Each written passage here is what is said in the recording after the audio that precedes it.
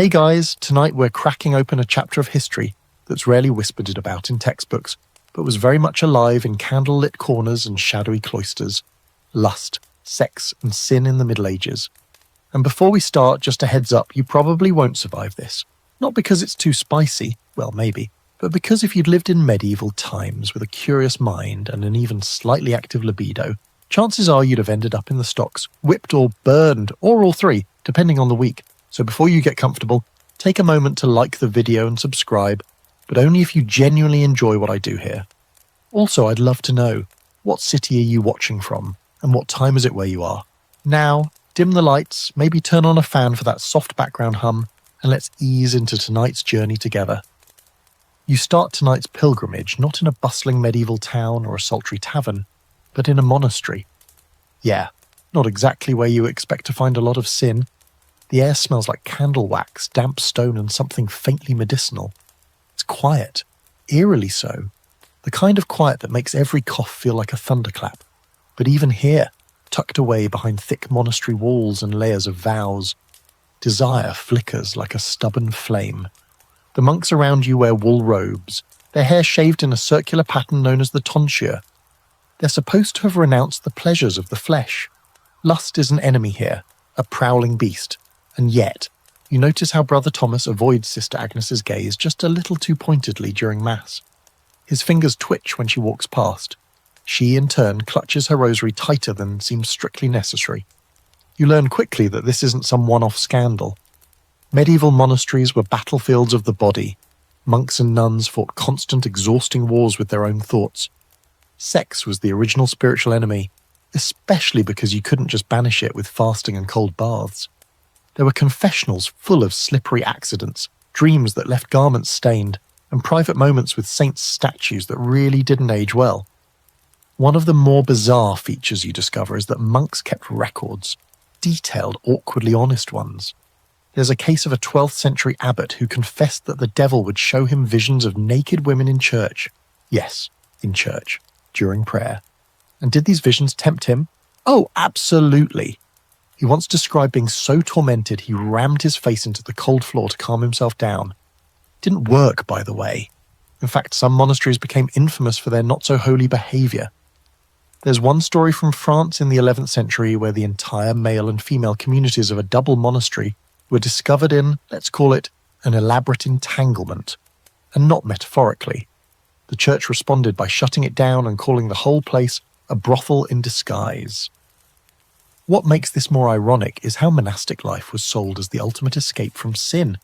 Want to flee the temptations of the flesh? Easy. Take vows. Eat bland food. Chant Latin. Shave your head. But spoiler alert, it didn't work. If anything, isolation made things worse. Think about it. 0 distractions, long hours alone with your thoughts. The expectation of purity hanging over your head like a guillotine. That's basically an erotic pressure cooker. And don't think the women were exempt. Nuns wrote about their struggles too, sometimes in code, sometimes not. One 14th century nun described her nightmares of being seduced by black beasts with burning breath, classic incubus imagery, and wrote entire prayers begging God to harden her soul so she wouldn't, well, you get the idea. There's even debate among historians about how many of these supernatural accounts were metaphorical versus an actual way to explain desire they couldn't process otherwise. Some scholars argue that calling it a demon was safer than saying I'm horny and I hate it. Now, let's take a quick detour to the stranger side of the monastery. Did you know some monks trained themselves to dream lucidly just so they could avoid lustful imagery while asleep? Like literal dream yoga, but the medieval Catholic guilt-saturated version. One obscure monk named Heinrich claimed he could recite psalms in his dreams to drown out any seductive thoughts. Was it true? Who knows? But the fact that they even tried that tells you how desperate they were. And then there's the elephant in the cloister, actual affairs. Despite all the rules, plenty of monks and nuns had secret relationships. Smuggled letters, nighttime visits, hidden tunnels. A few were even discovered with children. That's right, children. In some convents, pregnant nuns were quietly sent away to repent, and the child either ended up abandoned or mysteriously adopted by local villagers. The official line, miraculous conception or trickery by the devil. Sure, Jan. Still, not all monks were tragic cautionary tales. Some were fully committed to suppressing their desires, and a few managed it. There were saints who allegedly never once had a sexual thought, and others who claimed to have achieved total purity. But here's the debate. Did they really? Or were they just very good at hiding it, or redefining what pure meant in their journals? Either way, your stay in the monastery leaves you with this weird dual feeling, awe at the intensity of their struggle, and sympathy for the fact that these people were told that even thinking about sex meant damnation. That's a tough burden, especially when, let's be real, people are gonna people, even in 1142. You leave through a side door as the Vespers begin, the chant rising behind you like smoke. Outside, the moon hangs low, and somewhere nearby, a nightbird calls. You're heading deeper into this medieval world now, where the line between holiness and horniness keeps getting blurrier. And next up, saints with visions that would definitely raise some eyebrows.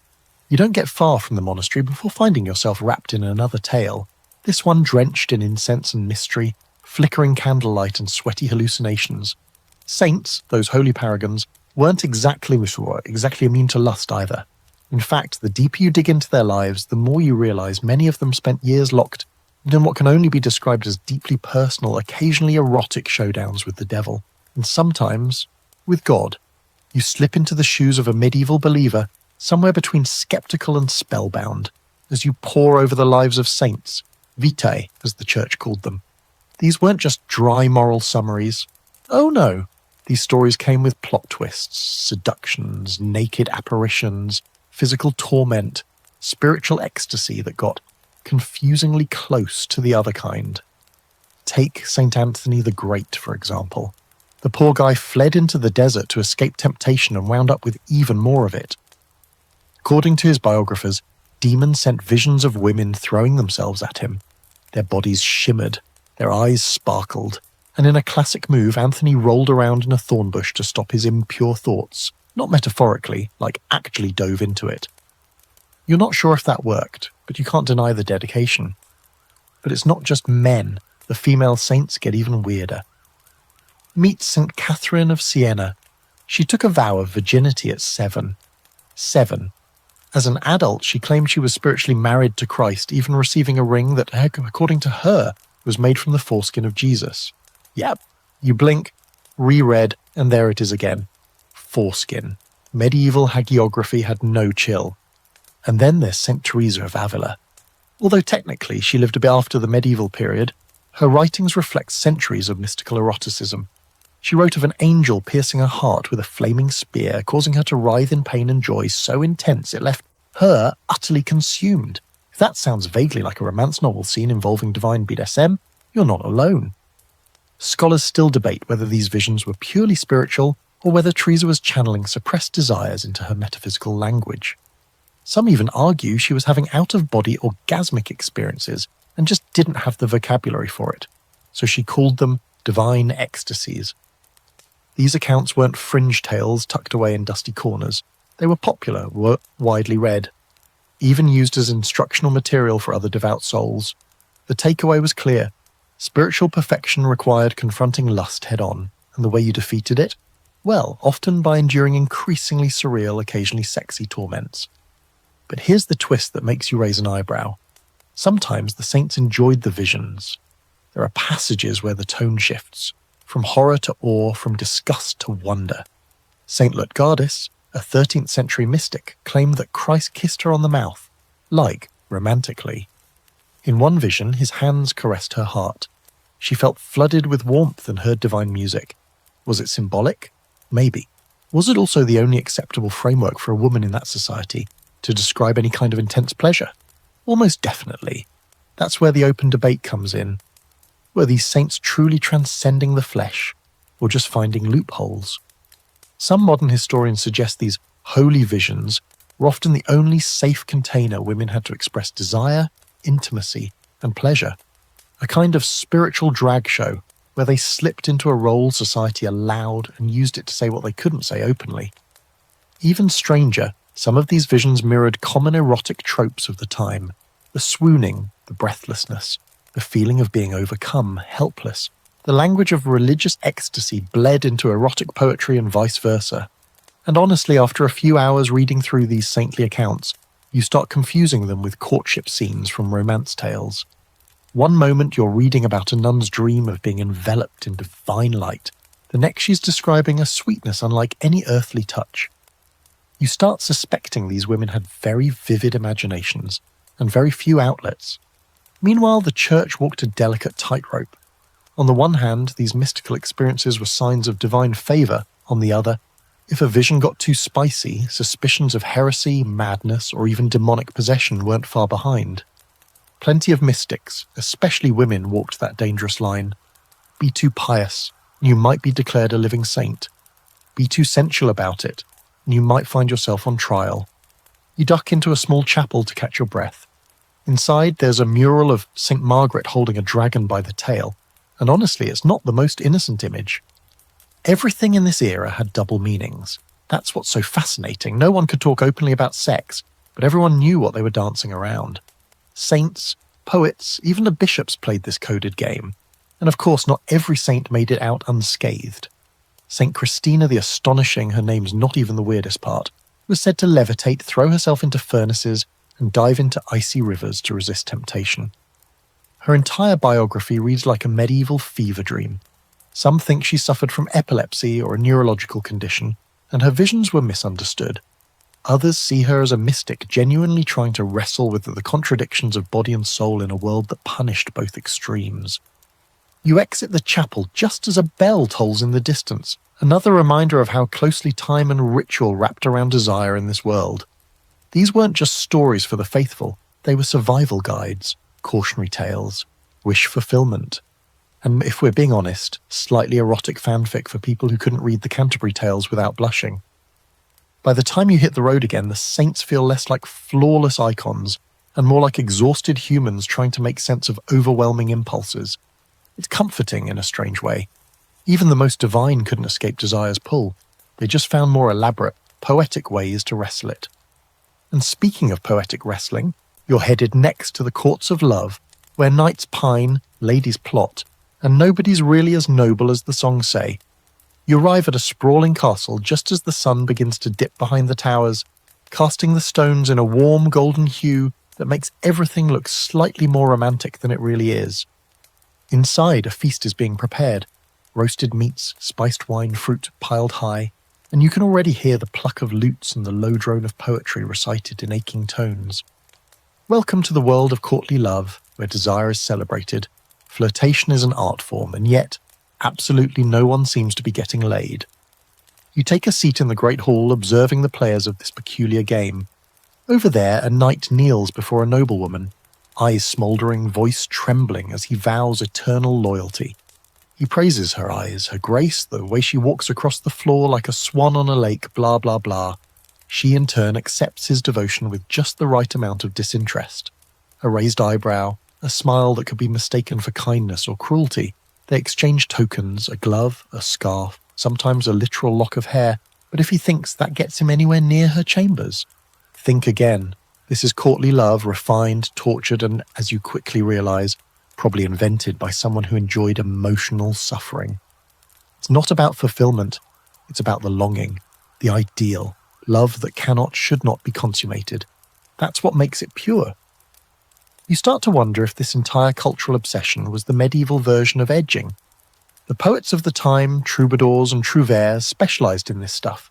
They'd travel from court to court singing of unattainable women and the agony of loving someone they could never touch. One of the most memorable was Chrétien de Troyes, who gave us tales of Lancelot and Guinevere, Tristan and Isolde, and other classic situations where true love is always just out of reach, or has to be kept secret because someone already said "I do" to a king or an enemy lord. And yes, while these stories were technically fiction, they shaped the actual behaviour of the nobility. People mimicked what they read.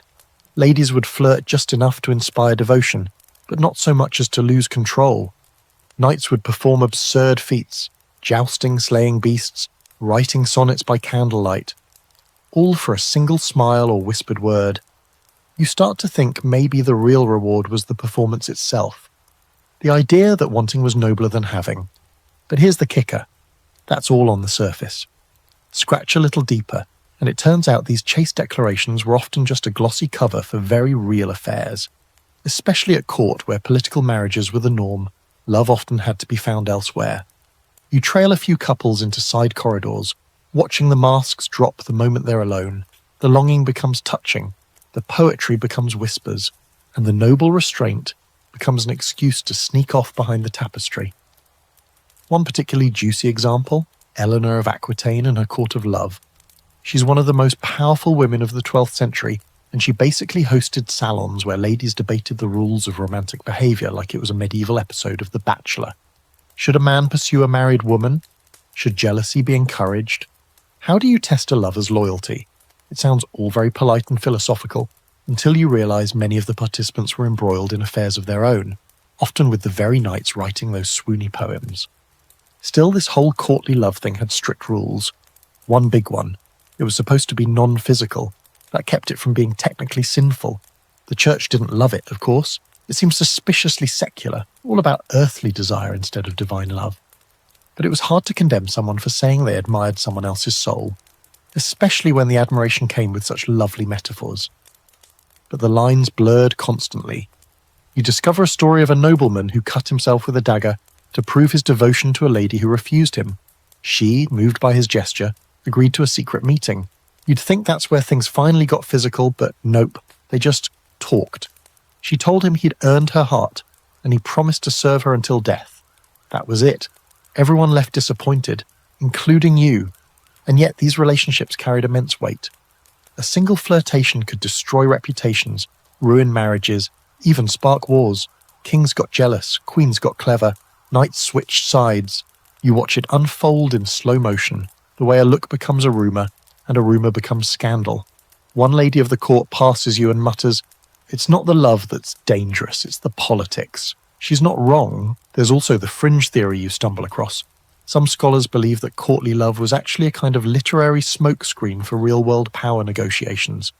Noble women, so often pawns in arranged marriages, used the rituals of courtly love to assert influence. By choosing who to favour, who to tease, who to shame in front of others, they subtly controlled social dynamics. So maybe that glove wasn't just a token, it was a chess move. And then there's the sex, or lack of it. Some historians argue that courtly love was a kind of proto-erotic theatre, a way to sublimate desire into something socially acceptable.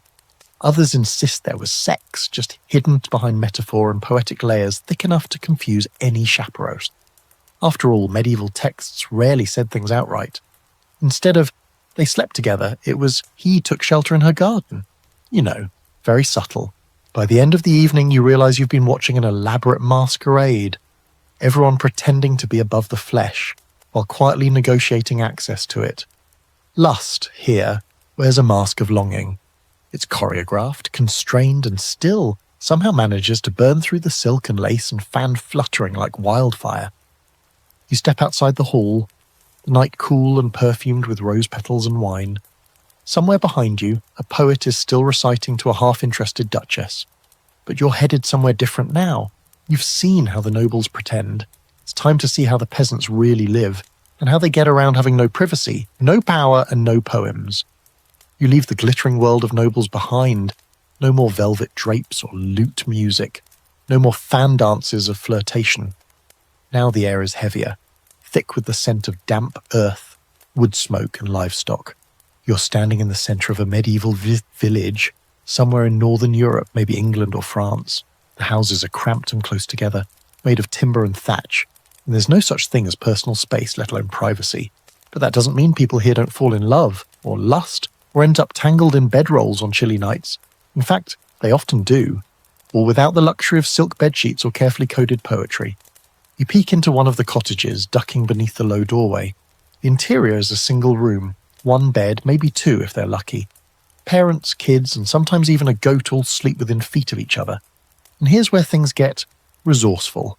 There's a tradition in some regions called bundling, or bed courtship, where a young couple, often in their teens, is allowed to lie together in bed with clothes on to talk, bond, and test their compatibility.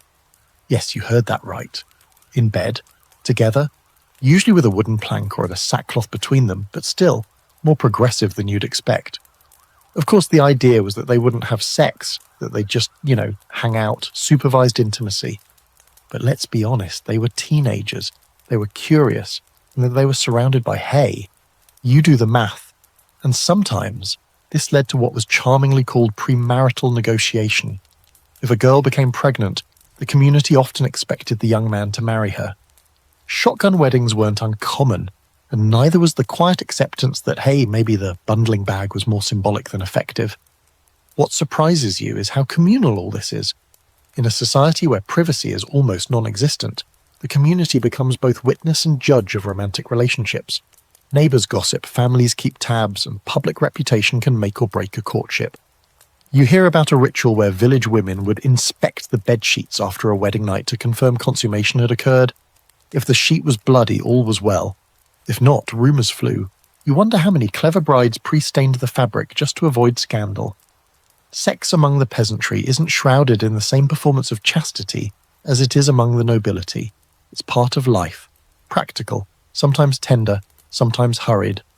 You watch couples steal moments behind haystacks or in the forest, where birdsong and the rustle of leaves provide a thin veil of cover. A few are caught, sure, but punishment is often lighter than you'd expect. A small fine may be public penance. Everyone knows desire doesn't wait for the church's blessing. That said, there were rules, and crossing certain lines could be dangerous. Adultery, especially if it involved someone of higher status, could lead to exile, flogging, or worse. But among the lower classes, sexual transgressions were often handled within the community. You witness a strange custom called charivari, where a man who married a much younger woman, or someone suspected of infidelity, gets paraded through the village on a donkey, while people bang pots and yell insults. It's half punishment, half performance, and it reeks of petty vengeance disguised as moral outrage. Still, there's humour here too, a kind of earthy acceptance. One local midwife, a stout woman with a gap-toothed smile, pulls you aside and says, "The Lord can keep his sermons. Babies come when they want." She's attended dozens of births, some from married couples, some not, and doesn't seem particularly scandalised by any of it. She even jokes about how many noblemen have left their blessings in village cradles. And yes, that's a thing. Noblemen would sometimes use their power to take advantage of peasant girls, leading to awkwardly mixed-status children who are often quietly absorbed into the village fabric, or not so quietly cast out.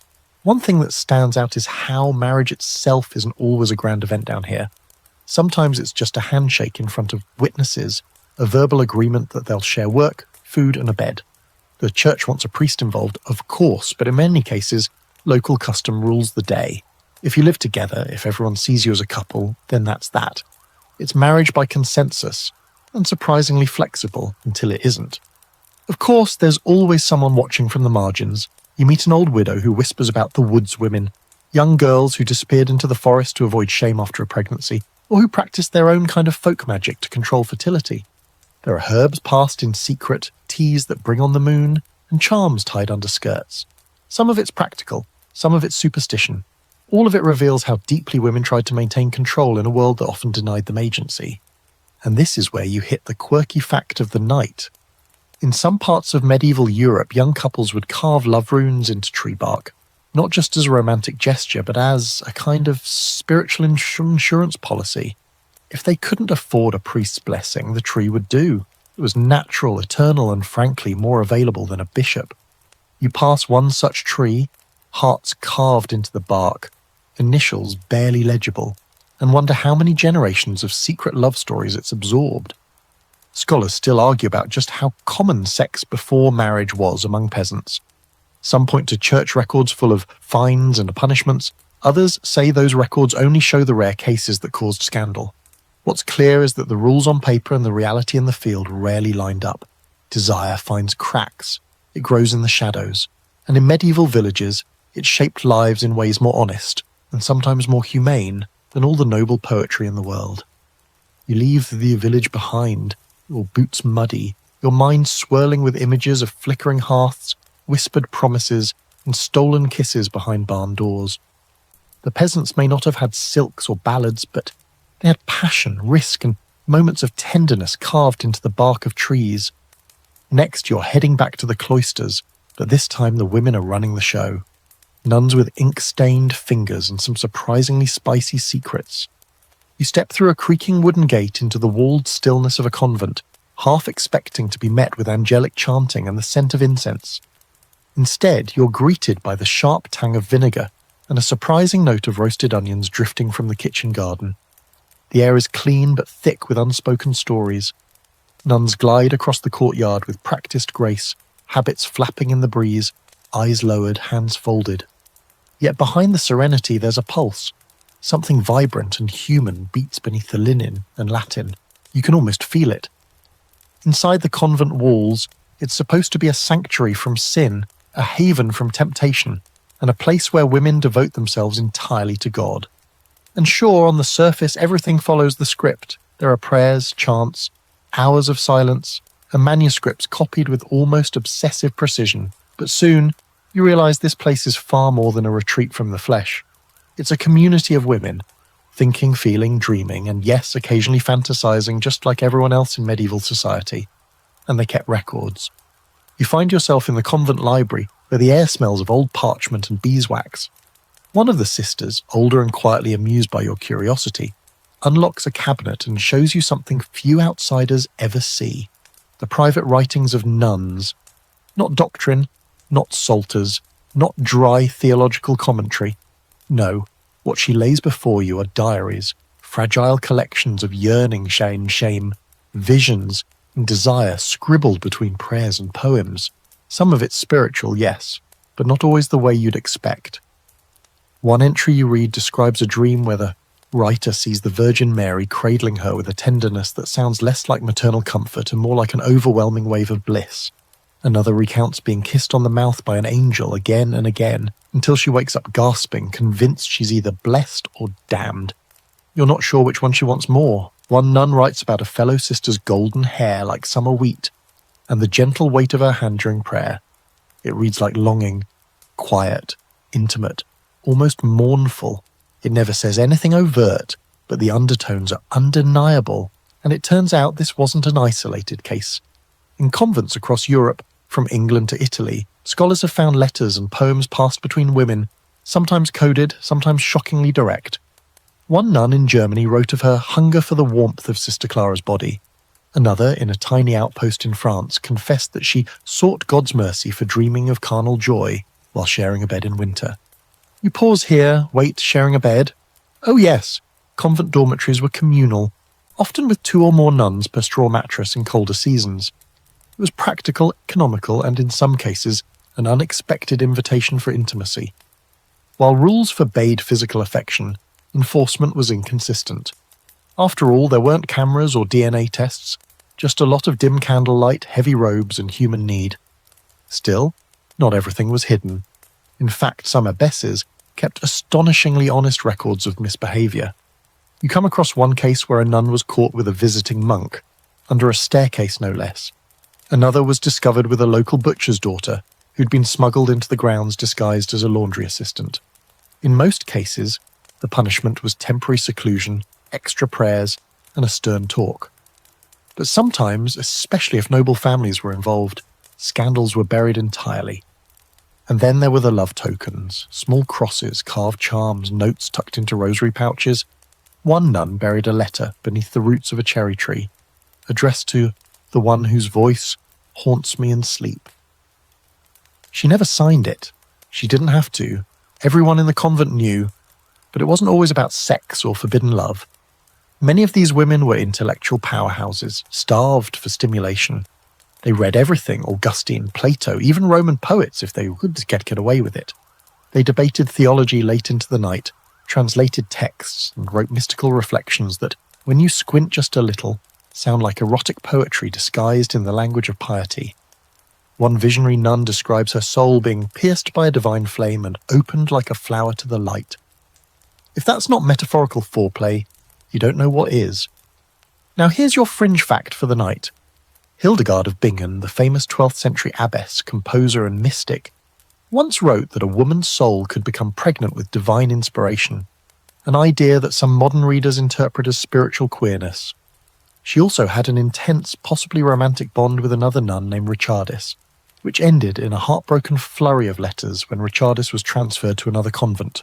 Hildegard's grief reads like a breakup album in Latin. Of course, modern scholars debate what all of this means. Were these relationships romantic, platonic, emotional coping mechanisms in an all-female environment? Did nuns understand their own desires in the way we frame sexuality today? There's no single answer. What's clear is that these women lived full, complex emotional lives, far from the image of passive celibate angels that church propaganda liked to project. You also learn that many women didn't choose the convent freely. Families often sent daughters here as a financial decision or political strategy. If you weren't beautiful enough to marry advantageously or had too many sisters ahead of you, off to the nunnery you went. Some embraced it, others didn't. One diary has a single heartbreaking line: "I do not love my vows, but I obey them." It hits harder than any sermon. And let's not forget the occasional outliers, the rebellious nuns who snuck out of the convent at night, visited taverns, and even took lovers. In 14th century Italy, one group of nuns was discovered hosting masked dances in their cloister complete with hired musicians. When church officials arrived, they found wine, laughter, and a suspicious lack of guilt. The women were reprimanded, of course, but not expelled. Why? Because some of them were related to bishops. Surprise! As you walk back through the cloisters, moonlight falling through arched windows, you hear the echo of a hymn rising from the chapel. It's beautiful, haunting, but layered beneath the melody is the undeniable truth that these women, so often imagined as blank slates of virtue, were just as full of longing, conflict, imagination, and secrets as anyone else. Maybe even more so, tucked away from the world with only candlelight and each other for company. Next, you'll slide into a confession booth, where the air is thick with incense and whispered sin, and on the other side of the screen, a priest who might be more familiar with temptation than you'd expect.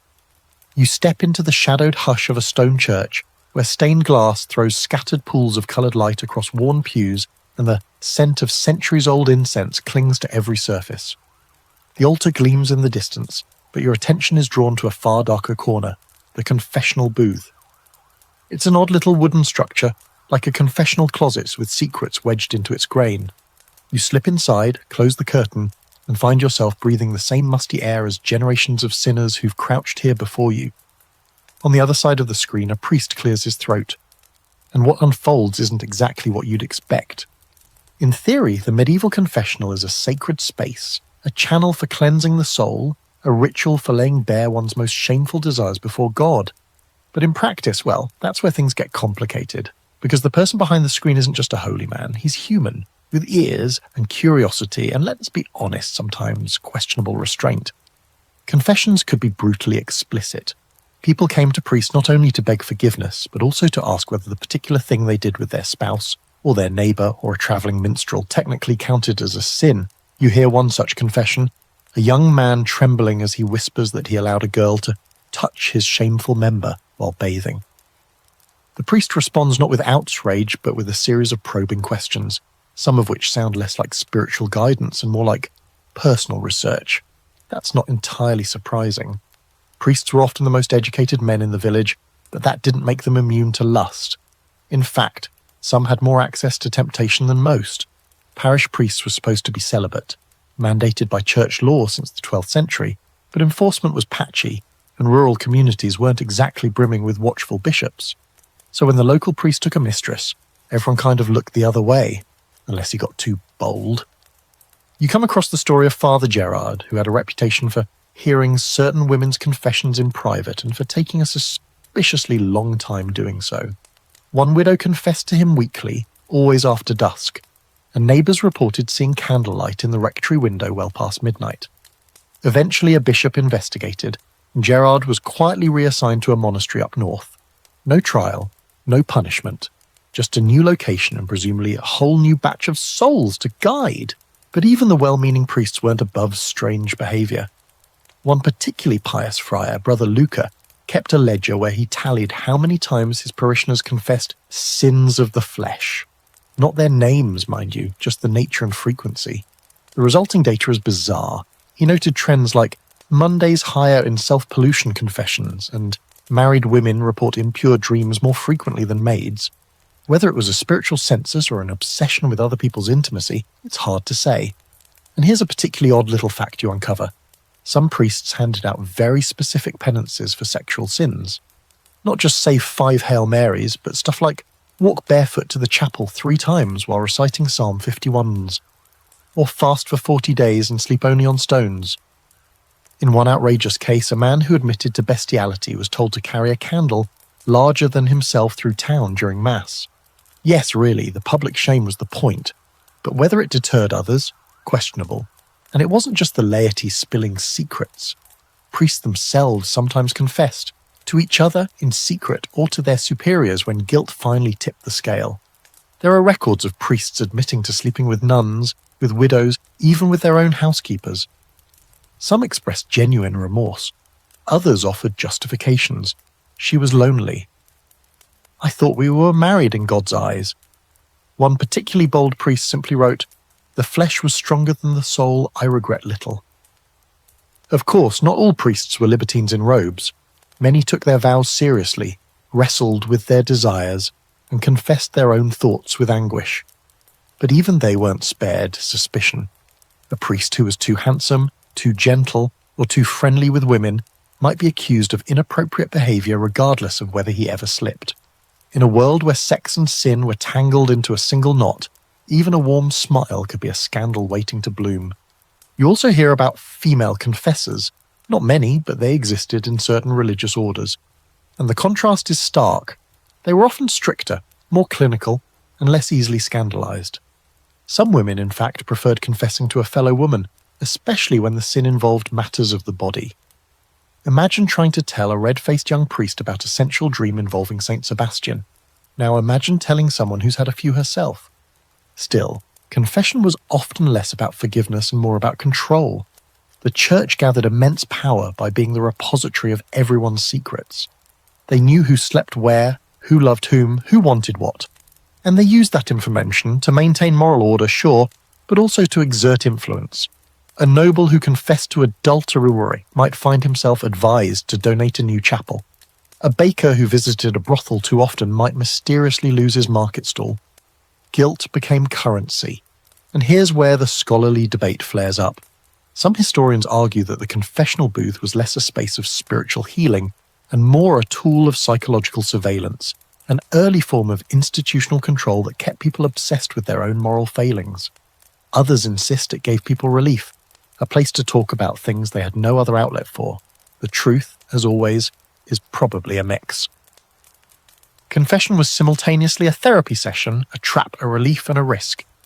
You finally leave the booth, the carved wood creaking behind you. Outside, the sun is dipping low and the sound of bells rolls out across the town like a warning. You've heard so many sins whispered into the dark, and not all of them stayed hidden. Some turned into gossip, some grew into scandal, and some shaped the way entire communities saw themselves. As you cross the courtyard, you realize that in this world, sin wasn't just an act. It was a story, a confession waiting to be told, a burden begging to be passed to someone else. And up next, you'll be standing in the town square when private pleasure becomes a very public spectacle. The square is already buzzing by the time you arrive, the kind of low, anticipatory hum that comes before a storm, or in this case, a public shaming. You push your way through the gathered crowd of villagers, cloaked merchants, and toothless old women with baskets at their feet. Everyone's eyes are locked on a wooden platform in the centre, where a pair of stocks has been dusted off and freshly oiled. Next to it, a barrel filled with rotten vegetables. Welcome to medieval justice, where sin doesn't just haunt your soul, it gets a full, painfully public performance. Today's unfortunate star is a woman in her 30s, hair wild and face flushed, not from embarrassment, you suspect, but from sheer fury. She's been accused of adultery, though the details are vague. The man involved isn't present. He never is. She, on the other hand, is about to spend the afternoon in the stocks with her ankles and wrists locked in place, while the townsfolk do what they always do best, judge, jeer, and throw things. You feel it instantly. This isn't about justice. It's theatre. The whole town's come out, not just to punish sin, but to enjoy it. Children laugh as they wind up with squishy turnips. A drunk cobbler yells something about loose women before nearly falling into a pig trough. But it's not all fun and games. There's a thick current of cruelty here too. The crowd loves watching someone fall, especially a woman who dared to want something she wasn't supposed to. Public punishment for sexual offences was surprisingly common in medieval towns.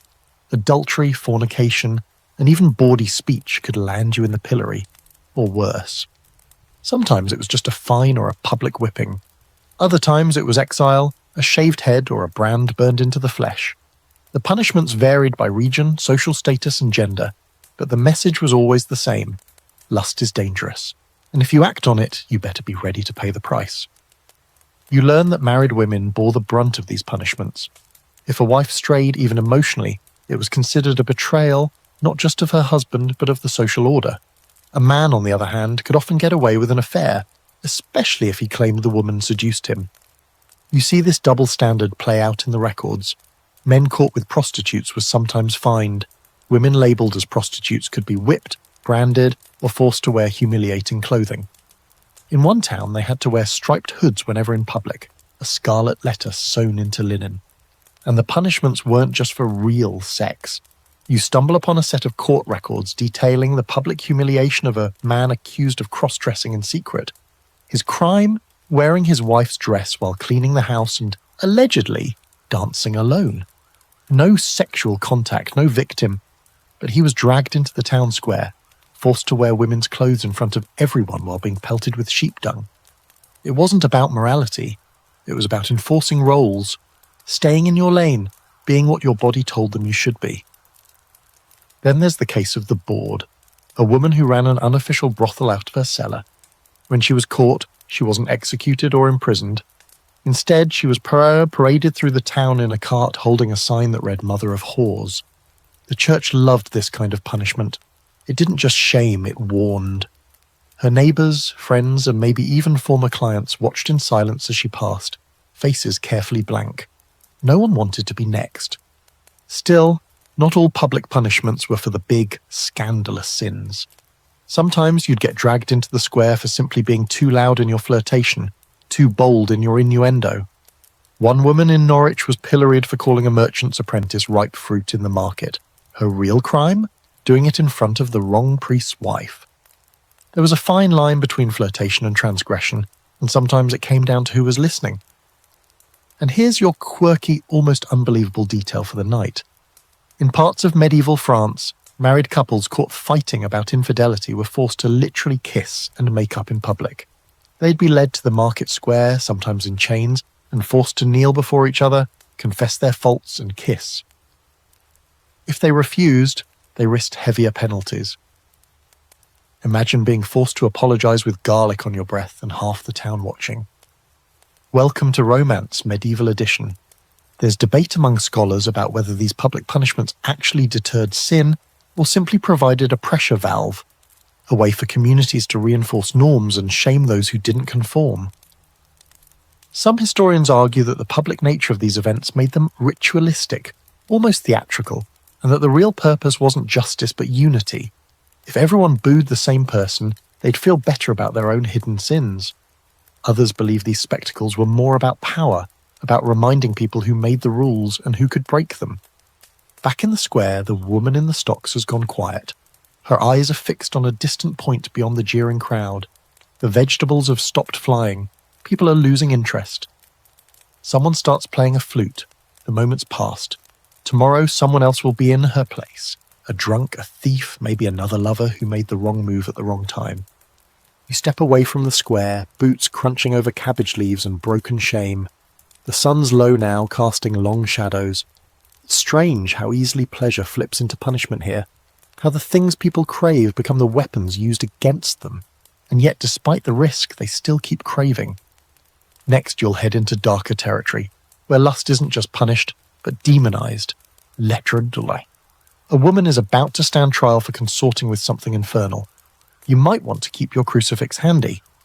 You arrive at the edge of a village just as the torches are being lit, their flames casting jagged shadows across the timber-framed houses. The air is heavy with damp earth and wood smoke, but there's something else underneath it, something sharper. Fear. It moves like a fog through the streets, thickening near the church where a crowd has gathered. They're not here for prayer, they're here for a trial. And not just any trial, this is the kind where accusations burn hotter than facts and demons are given names. A woman is being accused of laying with the devil himself. Her name is Isabeau, mid-30s widowed herbalist, mother of 2, and unfortunately for her, she's also attractive, self-sufficient, and rumoured to know which plants bring on the blood or still a restless husband. These days, that's enough to get you branded a witch. But when you squeeze through the crowd and get a glimpse of her, hands bound, dress torn at the sleeve, eyes burning with fury, you can tell this is about more than herbs or local gossip. Someone's accused her of sex with a demon, and everyone seems a little too ready to believe it. The priest, puffed up with righteousness and beard oil, reads the charges aloud in a voice that wavers just enough to sound theatrical. She did consort with a demon in the likeness of a man. She did allow the creature to enter her body through unholy means. She did cry out in pleasure rather than pain. The crowd shifts, murmurs ripple, some cross themselves, others look a little too curious. You find yourself leaning in too. Not out of voyeurism, okay, maybe a little, but because you know how these stories go. Isabeau won't just be questioned about her soul. They'll want details. What did the demon look like? Did it have claws or hooves? Did it speak in tongues or whisper sweet nothings in her ear? And yes, that's what they're asking, right now, with a notary writing it all down. What's wild is how detailed these demon sex accounts often were. Inquisition records are filled with women describing creatures that visited them at night, sometimes handsome, sometimes monstrous. Some came as lovers, others as rapists, some seduced with soft words and warm hands, others forced themselves into dreams like a sickness. But no matter how the women described it, the church had a script ready. These were incubi, male demons who tempted women into sin, stole their seed, and used it to breed more evil. Conveniently, it explained everything from sleep paralysis to sexual desire to why someone's sheets might be damp in the morning. You hear Isabeau's voice cut through the crowd, defiant, trembling. She says the devil came in the form of her dead husband, that she dreamt of him touching her, kissing her, lying beside her just like he used to, that it felt real, that she wanted it to be real. And just like that, the crowd shifts again, some to sympathy, others to horror, because she admitted the most dangerous thing of all, that she enjoyed it. The irony here is so thick you could spoon it. The same church leaders who rail against desire also believe that demons spend all their time seducing people, especially women, especially at night, especially in ways that just happen to line up with people's actual suppressed fantasies. There's something darkly hilarious about that. Or tragic, or both. And then comes the inspection. Yes, the physical kind. A midwife is brought forward to search Isabeau's body for a witch's mark, some mole, blemish, or patch of skin insensible to pain. You watch as she's forced to strip under torchlight while strangers examine her for proof that she's been suckled by a demon. It's invasive, humiliating, and worse, it's deadly serious. Because if they find something, anything, it's game over. They do, of course, a freckle on her inner thigh. That's all it takes. The priest declares it the devil's kiss, and just like that, the weight of the accusation becomes impossible to shrug off. But here's where the scholarly debates rage. Did these women really believe they'd slept with demons? Were they describing vivid dreams filtered through religious fear, or inventing stories under torture? Or were these confessions shaped entirely by their interrogators, desperate women saying what they thought would stop the pain, or align with what they were told had to be true? Some historians argue that these were simply erotic dreams, misunderstood by both the dreamer and the society. Others suggest the church itself projected sexual panic onto the accused as a way to police not just sin, but female autonomy. Because here's the thing, many of these so-called witches weren't seductresses or Satanists. They were healers, widows, midwives, herbalists, women who lived alone or knew too much or refused to obey. Their real crime wasn't consorting with demons, it was not fitting the mold. Lust became the easiest crime to pin on them because it made the story salacious, attention-grabbing, and impossible to prove or disprove. And if she enjoyed it, that made her even more dangerous. Because a woman who likes sex is apparently halfway to hell. You discover a chilling detail buried in an old judicial report. In some trials, women were asked to describe how the demon's seed felt inside them. The assumption was that it would be ice-cold proof of infernal origins. If they said it was warm or if they hesitated, it meant they were lying. That's how far the church went, using imaginary semen temperature as a tool of damnation. You don't know whether to laugh or scream. As the torchlight flickers across the square, the verdict is pronounced: guilty. Isabeau is sentenced to public penance and flogging. She'll be marched through town barefoot in a chemise, holding a candle taller than she is. If she survives that humiliation, she might be allowed to return to her home, or she might disappear like so many others, burned quietly without record. You step away as the crowd disperses, stunned and chatty, already embellishing the story for tomorrow's gossip. A few whisper that Isabeau flew at night. Others claim she gave birth to a toad. The line between sex and sorcery is razor thin here, and razor sharp. Next, you'll take a closer look at the objects designed to stop all this sin before it starts. Devices of virtue, control, and maybe a touch of kink. Yes, it's time to talk about chastity belts. You're standing in a small chamber at the back of a fortress. Stone walls damp, ceiling low enough to make you duck. On a wooden table lies the object of your curiosity, gleaming under a single shaft of sunlight like some kind of divine joke.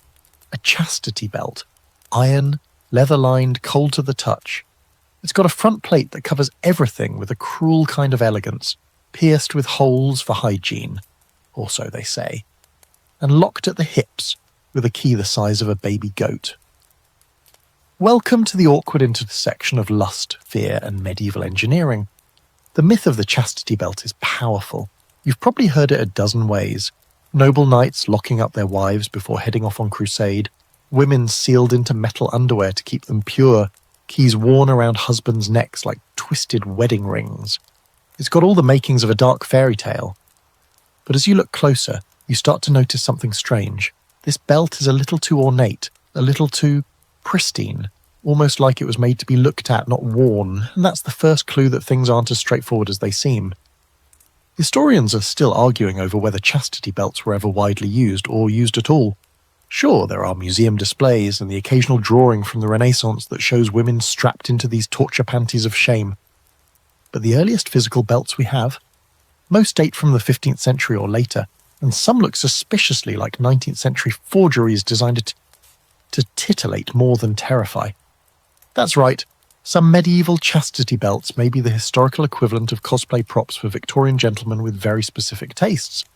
Still, the idea had roots. The church was obsessed with controlling female sexuality, and chastity was practically currency. Virginity wasn't just a moral state, it was a bargaining chip in marriage, a symbol of family honour, and a theological ideal. So the idea of locking it down literally fit right into the broader culture of control. Whether or not women were walking around wearing iron thongs, the threat, the metaphor, and the obsession sin were very real. You leaf through some old manuscripts and find a few references, none of them exactly flattering. One Italian text describes a jealous merchant who commissioned a belt from a blacksmith to preserve the virtue of his young wife. Another chronicles a paranoid noble who required his daughters to be secured whenever they left the estate. No one says how long they wore them, how they bathed, or how infections were handled. You begin to suspect those details were conveniently left out or completely imagined. But there are weirder facts too.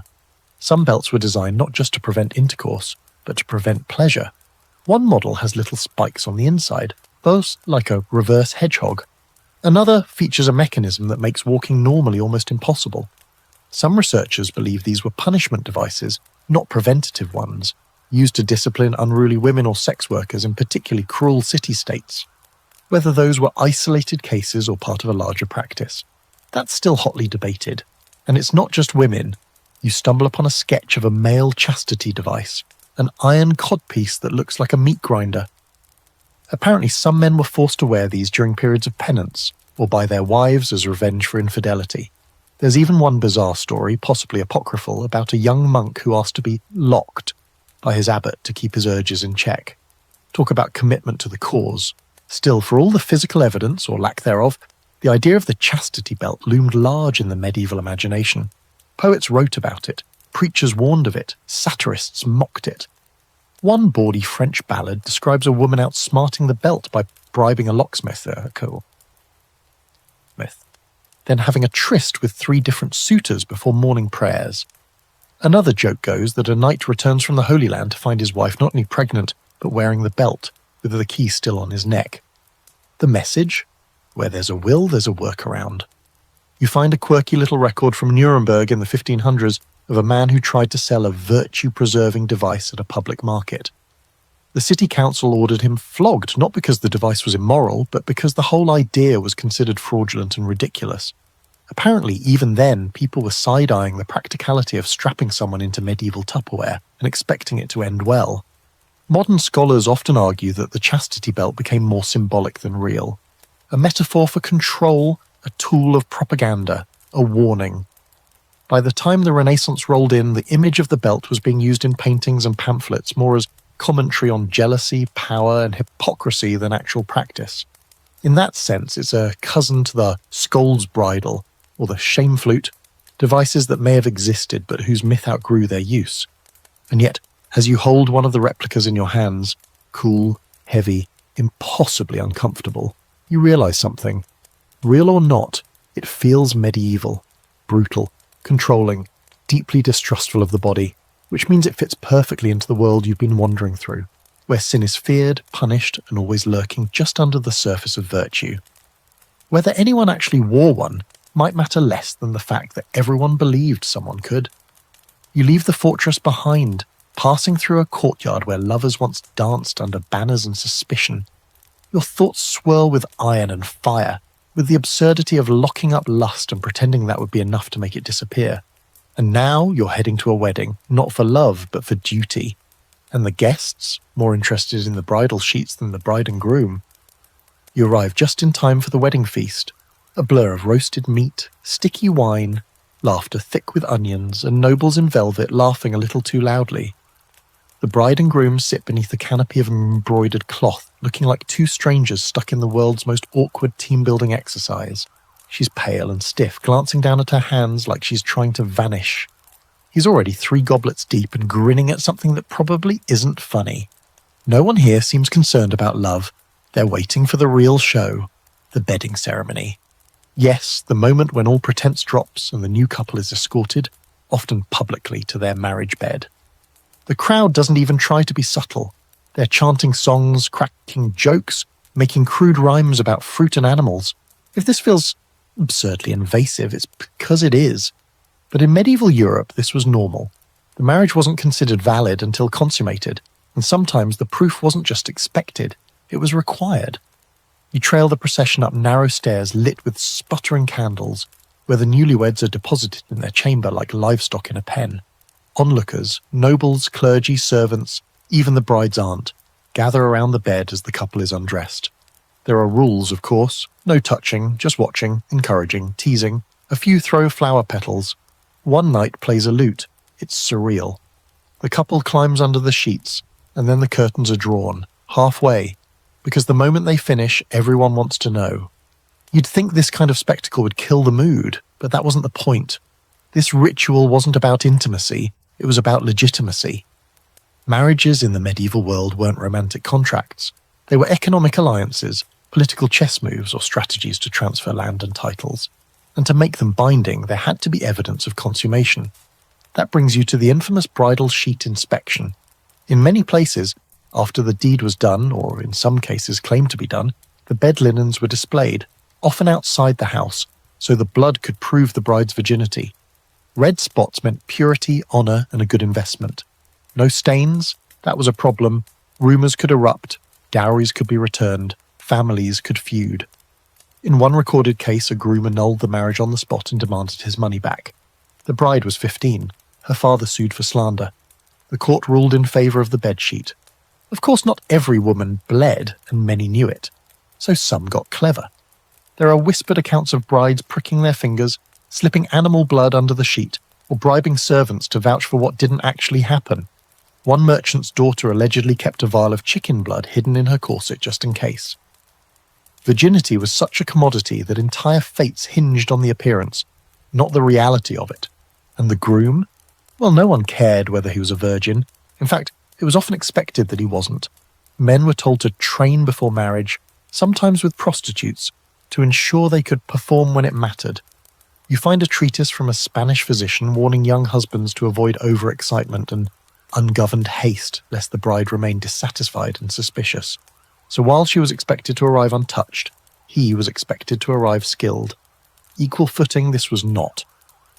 You come across one particularly strange tradition from Central Europe, where the bride's mother would remain in the room, not to watch the act, but to supervise decency. She'd sit in a corner chair, eyes politely averted, hands folded, humming to herself, as if that somehow made things better. In other cases, a priest would bless the bed, literally sprinkle it with holy water, and then offer instructions to the couple before tiptoeing out. Be fruitful, he'd whisper, and remember that Christ is watching. No pressure. Here's your oddball fact of the night. In parts of medieval Scandinavia, if a marriage wasn't consummated within 3 days, it could be legally annulled, and people checked. One story tells of a young noblewoman whose husband was too timid or too uninterested to touch her. On day 4, the bishop sent an investigator to the bedroom. When the sheets were clean and the servants wide-eyed with disappointment, the marriage was dissolved. The husband joined a monastery. The bride remarried a week later to her cousin. Even when there wasn't a formal inspection, rumours were dangerous. A new bride who seemed too cheerful or too sore could become the target of gossip. If she limped, some whispered she'd lost her virginity before the wedding. If she glowed too much, maybe she enjoyed it too much, which was also suspicious. Either way, people were obsessed with bedroom details that weren't their business. And that's where the debate still simmers.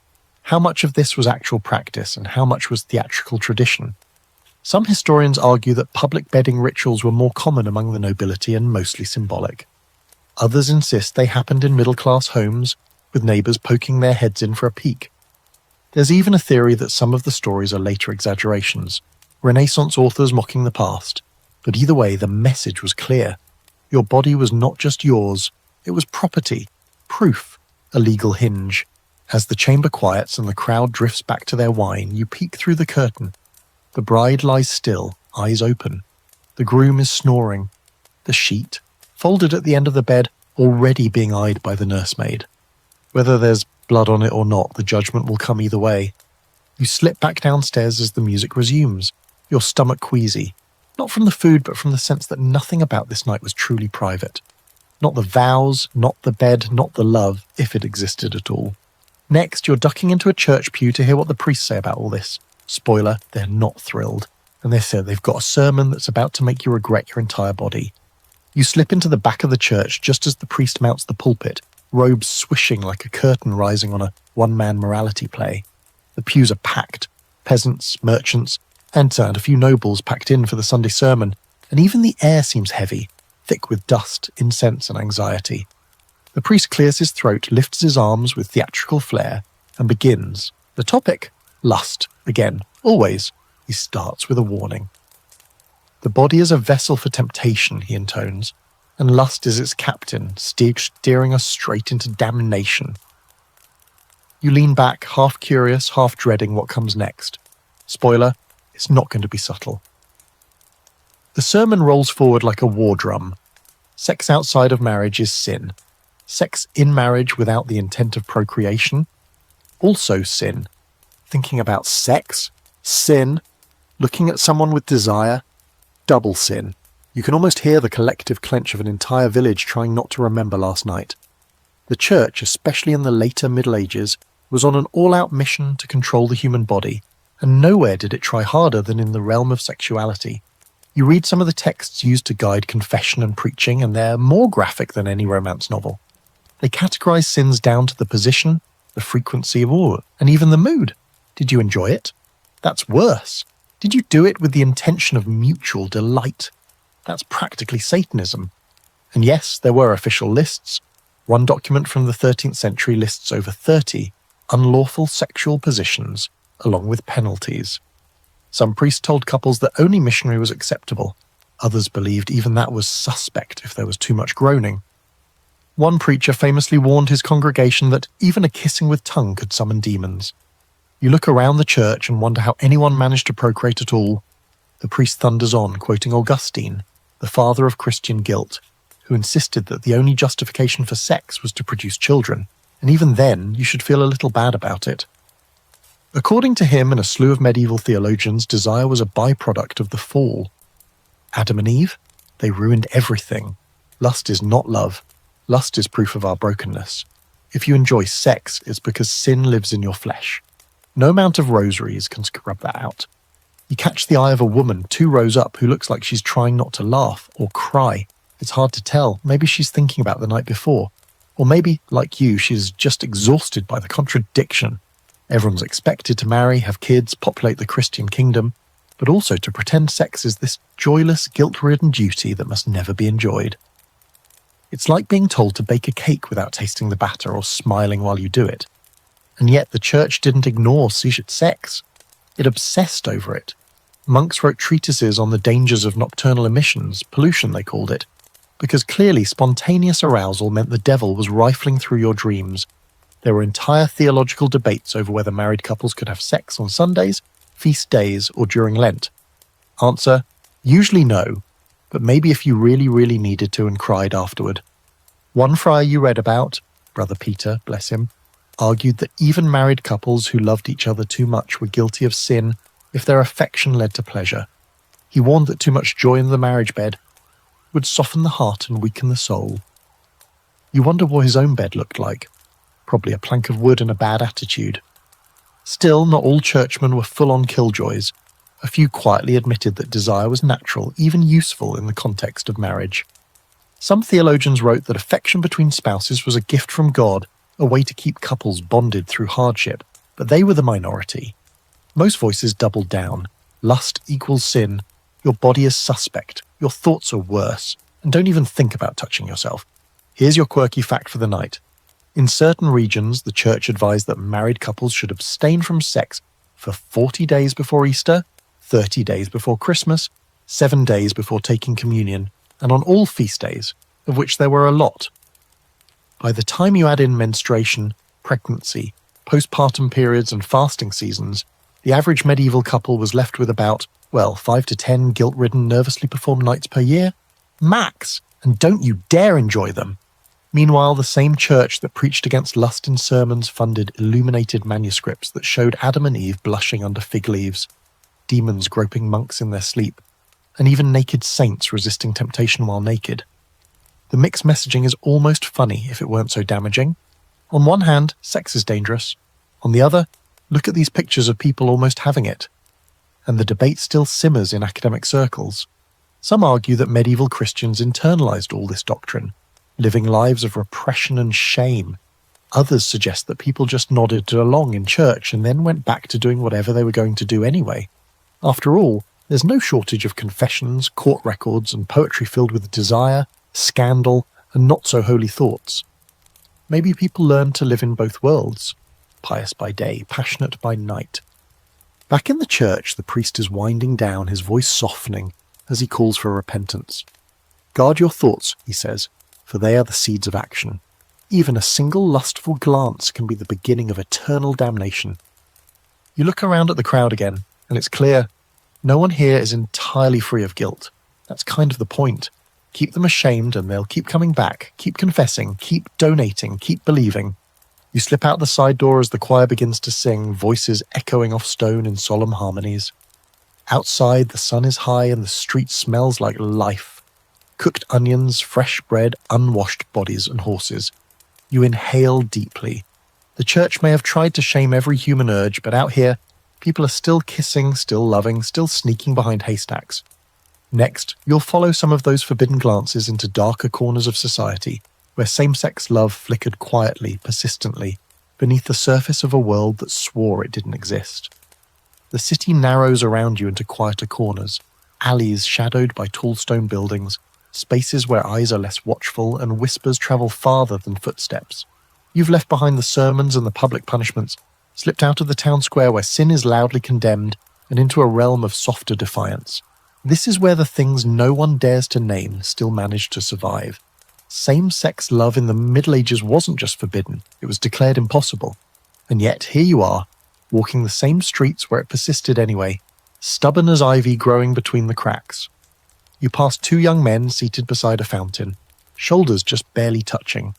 Their conversation is quiet, casual on the surface, but the way they look at each other speaks volumes. A moment too long, a smile too shy. No one would notice if they weren't looking closely. And that's the secret, isn't it? In a world that insists this love doesn't exist, the the key to survival is not being seen, or being seen just enough to pass. The church's official stance was simple. Homosexuality was sodomy, and sodomy was a sin so grave it ranked just beneath heresy and witchcraft. Penalties ranged from public penance to mutilation, exile, or execution. But the church also failed to define it clearly. For all the fear-mongering, they didn't really understand what they were condemning. Was it desire? Was it action? Could two people of the same sex love each other without sinning? The ambiguity gave space for contradictions and for survival. Medieval legal records are scattered with cases that hint at a hidden world. A monk caught writing passionate letters to a fellow brother. A nun transferred after being too close with another sister. A city magistrate fined for hosting inappropriate entertainments in his private garden. One man was dragged before the court in Florence for embracing another in the manner of a lover. The record doesn't say what happened after. It rarely does, but not every story ends in punishment. In some corners of the medieval world, particularly in cities like Venice, Florence, and Paris, same-sex desire flourished under layers of denial and clever euphemism. You come across the word fraternitas, meaning brotherhood, used in records of unusually intense male friendships. In convents, amicitia, or spiritual friendship, was a popular term for deep, emotionally bonded relationships between women. Were these truly platonic? Maybe. Maybe not, but they offered a safe way to say, I love you, without drawing too much attention. One of the most remarkable examples you stumble upon is the case of John and William, two Englishmen from the 14th century who were arrested for living together as husband and husband. The record is thin, but it's clear they had some form of commitment. Shared property, shared bed, shared reputation. The authorities didn't quite know what to do with them. They were fined, released, and mostly left alone. An exception rather than a rule, but a sliver of light nonetheless. And then there's the poetry, so much of it hiding in plain sight. You find a Latin poem written by a monk to his beloved, filled with yearning that's too tender to be anything but romantic. When I see you, my heart is restless, he writes. When you leave, my soul retreats into silence. It's possible to read it as spiritual longing, but the way he describes the other man's mouth, his hands, his scent, makes it hard to ignore what's really going on. In another convent, a sister named Agnes wrote dozens of letters to a fellow nun, Beatrice. She called her my mirror, my delight, and the only place my soul finds rest. Their correspondence survives only because someone, likely a less sympathetic superior, copied them into a book of dangerous attachments, which ironically preserved their story. And here's a quirky detail for the night. In 14th century France, some men in same-sex relationships took part in mock weddings, complete with rings, vows, and even bride prices. These events were done in secret, often under cover of festivals or carnivals where rules were more fluid. Of course, if caught, they were condemned as blasphemers. But for that one night, they got to pretend. Even within the church, things weren't as black and white as the preachers claimed. Some monastic orders tolerated deep same-sex bonds, as long as they were expressed through letters or poetry and not, actually acted upon. The Brothers of the Common Life, for instance, encouraged emotional intimacy among male students as a form of spiritual brotherhood. Was that cover for something more? Possibly. Or maybe it was an attempt to carve out space where closeness wasn't instantly labelled as sin. That's the great scholarly debate, of course. Were these intense same-sex friendships truly romantic and erotic, or are modern readers projecting? Some historians argue that medieval people had different categories of love, and what looks romantic to us was just emotional closeness. Others say, come on, read the poems. These people were in love. They were just stuck in a society that didn't have the language or freedom to say it out loud. As you wander further, you realise that surviving meant becoming fluent in ambiguity. Same-sex love didn't announce itself. It slipped between the lines. It lived in coded glances, careful phrasing, and shared spaces that outsiders couldn't decode. In many ways, it was a kind of medieval queerness that anticipated everything to come. Resilient, adaptive, private but powerful. And for all the fear and silence, there was beauty too. You think of two men writing poems to each other by candlelight, their fingers stained with ink and trembling with emotion. Or two women walking side by side in a convent garden, their hands brushing, their voices low and warm. They may have been erased from history's spotlight, but they existed. They loved. and they found ways to keep that love alive, however fleetingly, however secretly. You leave the quiet back streets and rejoin the flow of city life. Bells ring in the distance, a market opens, life continues, louder now. But you carry that stillness with you, the knowledge that beneath the surface of all the sermons and sanctions there were always people reaching for each other in the dark. Next, you're heading straight into the world of legalized sin, brothels that paid taxes, courtesans who held court, and city councils that tried to regulate desire like it was just another public utility. You follow the scent before you see the street, perfumed with rosewater and sweat, incense and something muskier. It leads you to a narrow alley tucked behind the marketplace, where laughter spills out of open windows and silk curtains flutter like flirtatious glances. This isn't a hidden den of vice, quite the opposite. You've stepped into the red light district, medieval style, a neighborhood designed not to hide lust but to manage it. Welcome to the world of sanctioned sin, where brothels were legal, regulated, and in some places subsidized by the city itself. It's not the lawless, secretive place you might expect. Brothels in the later Middle Ages were often clean, orderly, and oddly bureaucratic. The women wore specific clothing, often red hoods or belts, to identify their profession. The buildings were licensed by the city, inspected by officials, and sometimes owned by the municipality itself. In places like Vienna, Paris, and London, city councils taxed the brothels and used the revenue to fund public works. You heard that right. Medieval Europe paved roads and built fountains with sex money.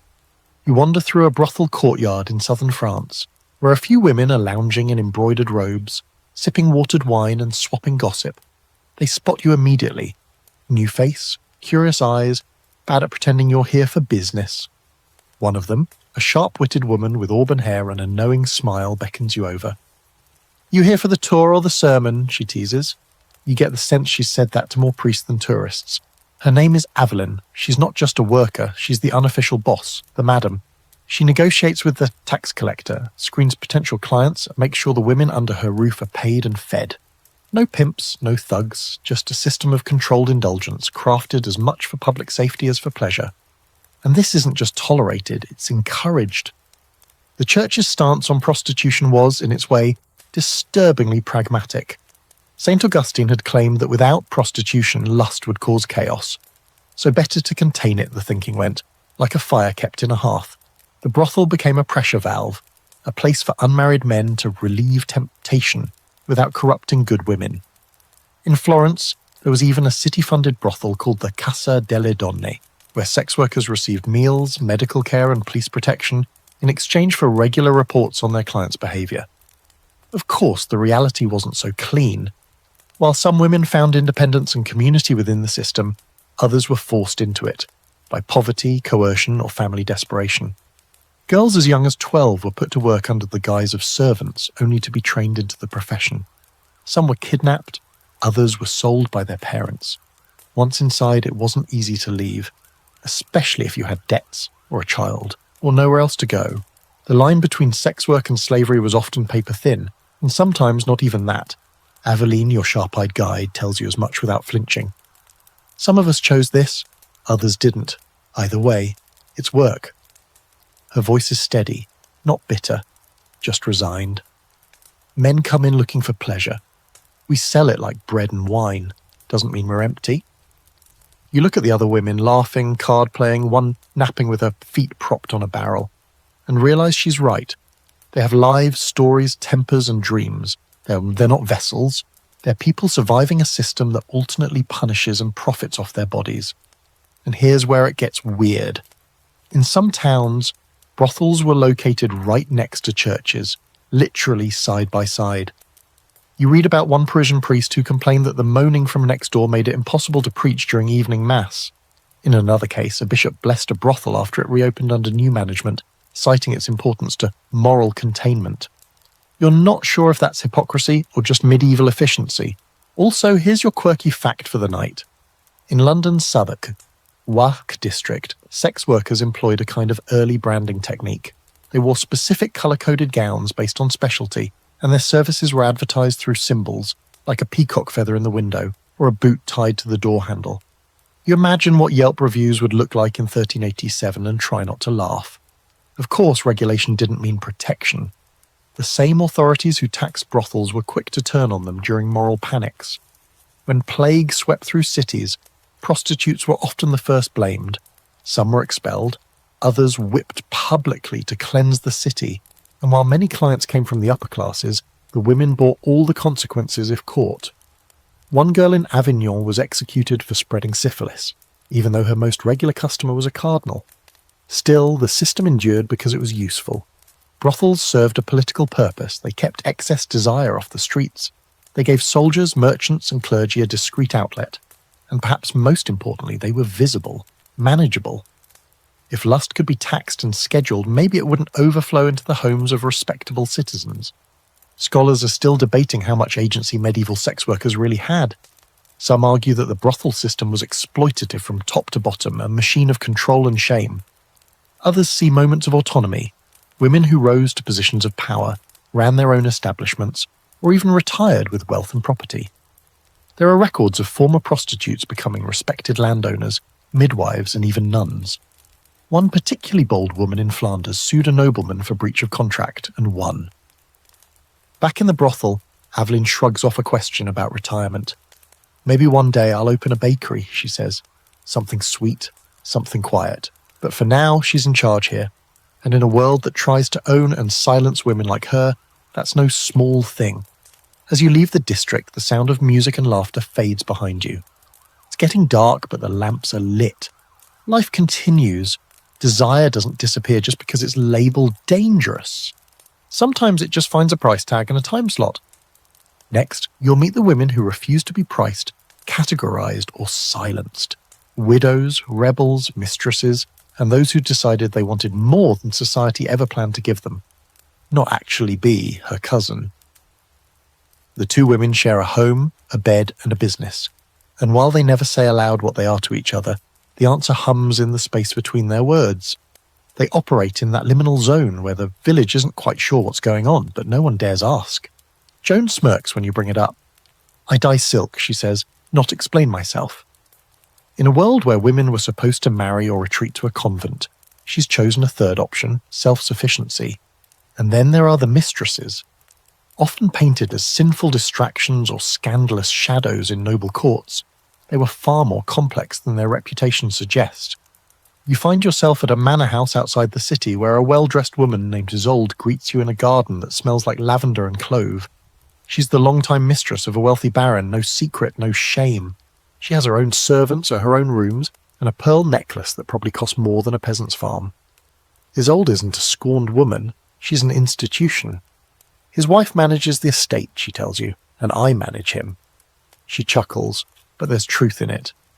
While noble marriages were often political, mistresses offered emotional intimacy, sensuality, and companionship, things that didn't always survive arranged unions. Some wielded genuine power.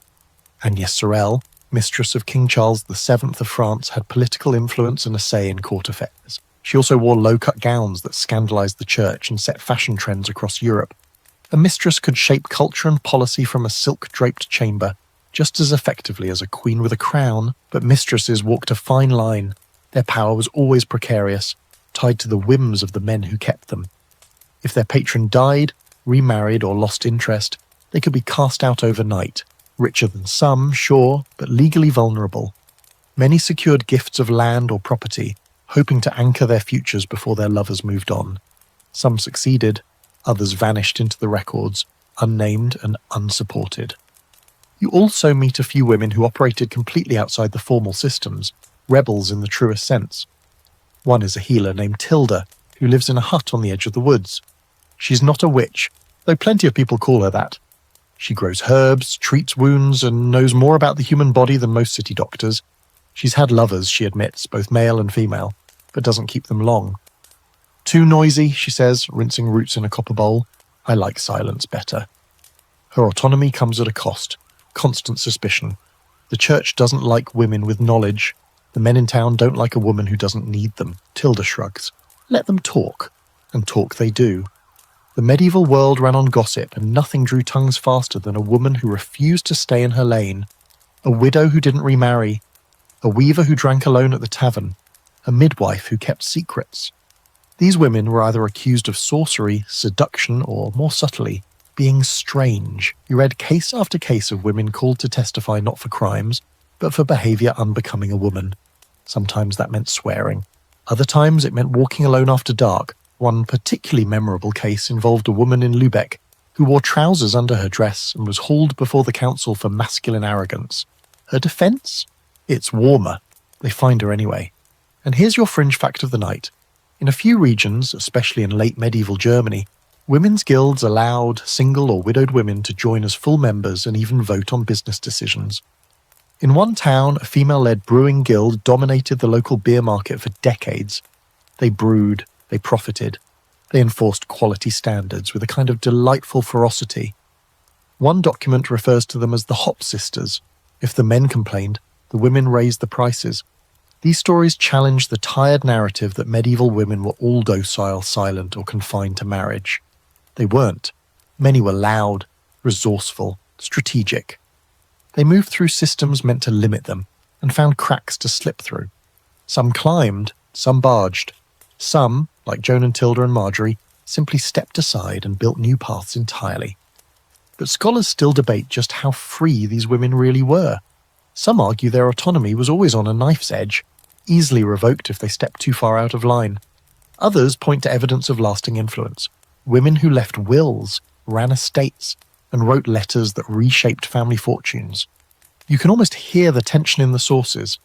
Were these women exceptions or proof that the rules were never as rigid as they seemed?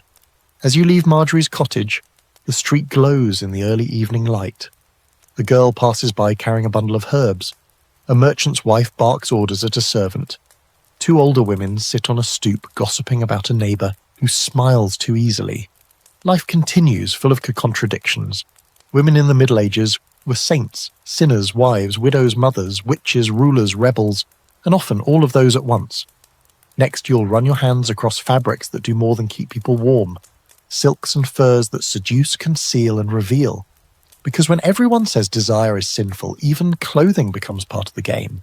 You run your fingers along a bolt of fabric draped across a merchant's table, deep crimson velvet, smooth as sin. Even in the noisy bustle of the market, surrounded by clanging bells and shouting vendors, this cloth seems to hum with silent suggestion. Clothing in the Middle Ages wasn't just about staying warm or showing status. It was seduction, armour, manipulation, sometimes all at once. It whispered things no mouth dared speak. Because when the church preached modesty and restraint, people did what they always do. They got creative. The merchant waves you over, eager to show off his imported goods. He holds up a length of fine Italian silk, dyed blue with crushed lapis and thin as breath. It catches the light, shimmer slipping over its surface like water. For noble ladies, he says, but you can tell it's not meant to cover much. In the upper classes, layers of gauze and silk weren't just luxuries, they were strategic distractions, a neckline that dipped just far enough, a sleeve that clung to the curve of a wrist, a hem that lifted a little too high in motion. Skin was always a flicker away. Sumptuary laws, those fancy words for clothing restrictions, were supposed to stop this. Issued by the church and secular authorities alike, they dictated who could wear what. Commoners couldn't wear velvet. Prostitutes had to wear specific colours. No woman could wear pearls unless her husband earned a certain income. And no one, not even queens, was supposed to show too much flesh. Naturally, everyone ignored these laws or found clever ways around them. You see a woman passing by in a gown that hugs her hips a little too closely, the lacing along her back deliberately tight. Her head is covered, yes, because modesty, but her hair peeks out in golden curls from beneath her veil. That's intentional. In fact, hair itself was considered wildly erotic. Theologians wrote treatises about it. St. Paul said women should keep it covered, lest they tempt men into sin. But behind closed doors, hair was unbound, brushed, scented, and displayed for lovers like a personal striptease. Then there are the shoes. Oh, the shoes. In the late Middle Ages, men wore poulaines, long, pointed shoes that stretched several inches past the toes, curving up like a wink. The church hated them, called them prideful, sinful, obscene. Why? Because the longer your shoes, the richer, and therefore more sexually suspect, you appeared. In some regions, the points were rumoured to indicate the size of another protrusion. You try not to laugh, but the logic is deliciously absurd. Women had their own tricks, fitted bodices, side lacing that accentuated the waist, cloaks that could be pulled closed or left open just enough. Even the smell of clothing mattered. Garments were often infused with herbs, rose, lavender, frankincense, scented signals that said I'm clean, I'm wealthy, or sometimes I'm ready. There were no Chanel counters, but the effect was the same. Smell, texture, colour, each a code. The church, of course, panicked. Over and over, sermons warned that rich fabrics led men to sin, and women who dressed too finely were temptresses of the devil. One preacher warned that silk clung to the body like Satan to a soul. Another said fur-lined sleeves were like velvet paths to hell. You wonder if he ever touched one. And here's a quirky fact for the night. Some medieval men wore codpieces, little fabric pouches at the front of their hose, not just to protect themselves, but to exaggerate what they had. Early on, they were functional, but by the 15th century, they'd grown ambitious, padded, stuffed, embroidered. Some were shaped like literal animal heads or held open like flower petals. One even had a tiny dagger sewn to it, for no discernible reason except maybe overcompensation. The codpiece became such a symbol of masculine virility that scholars today still debate whether it was more about sex or status, or both.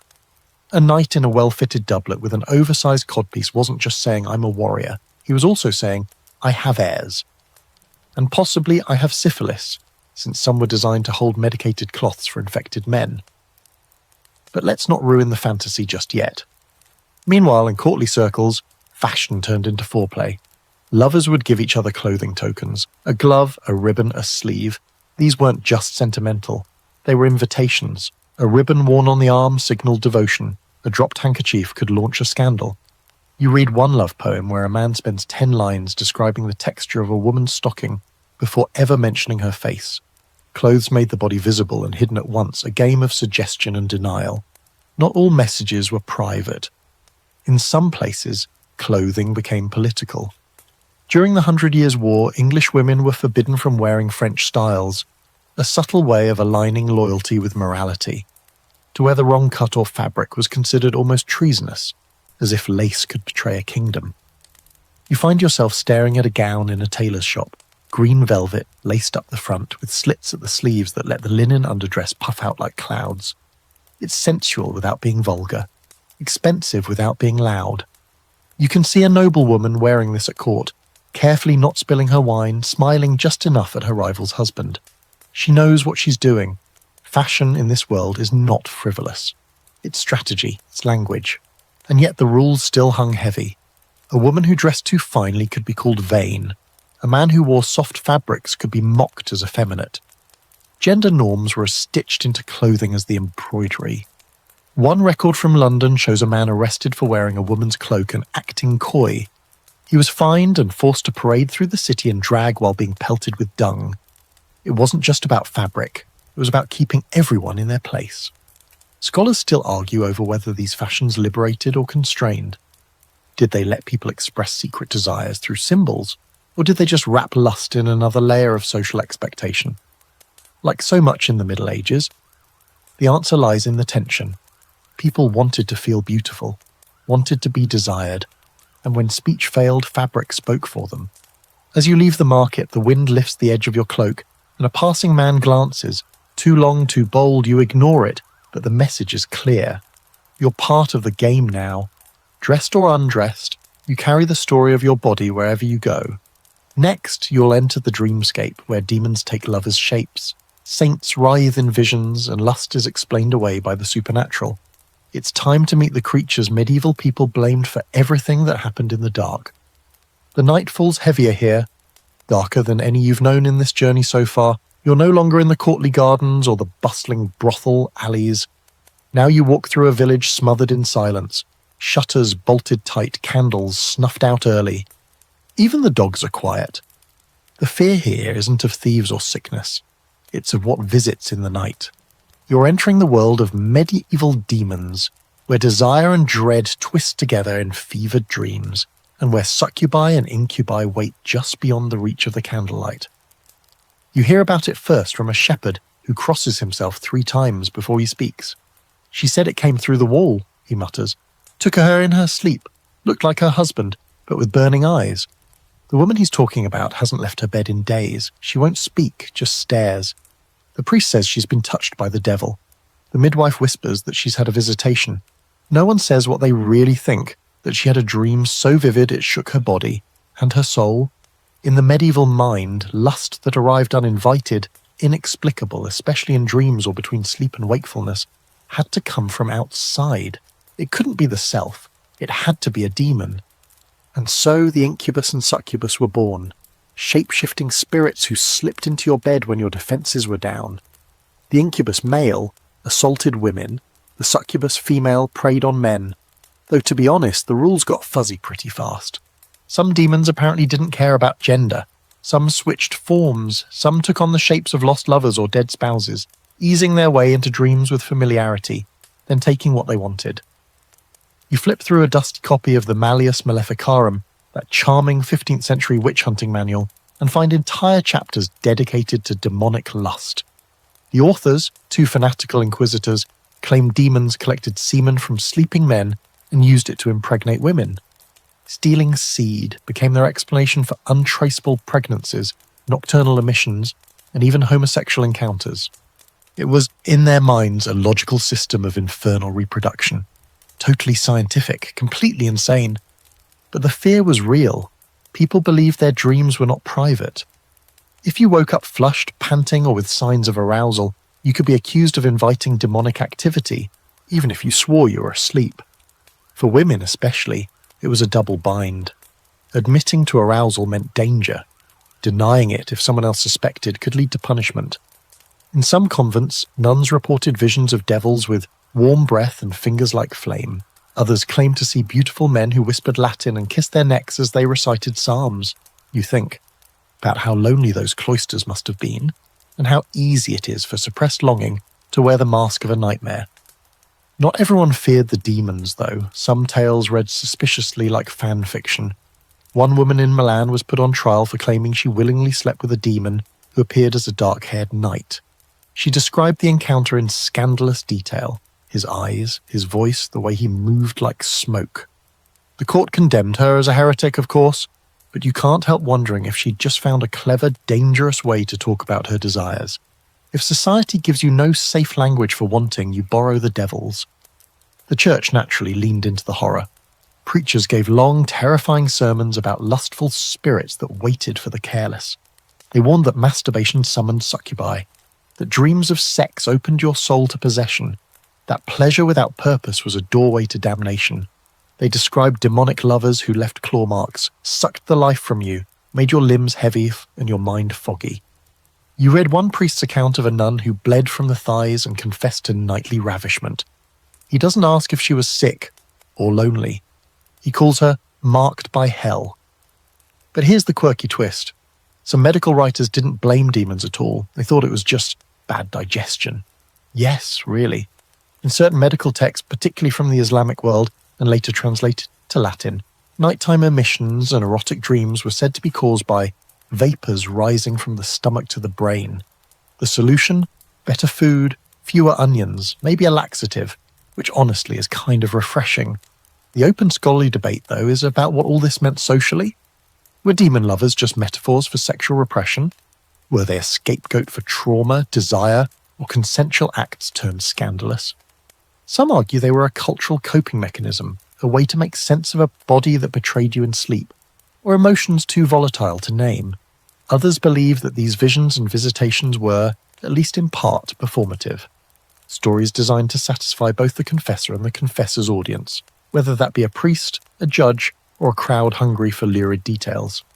You climb a narrow staircase into the attic of a forgotten priory and find a manuscript filled with scribbled prayers.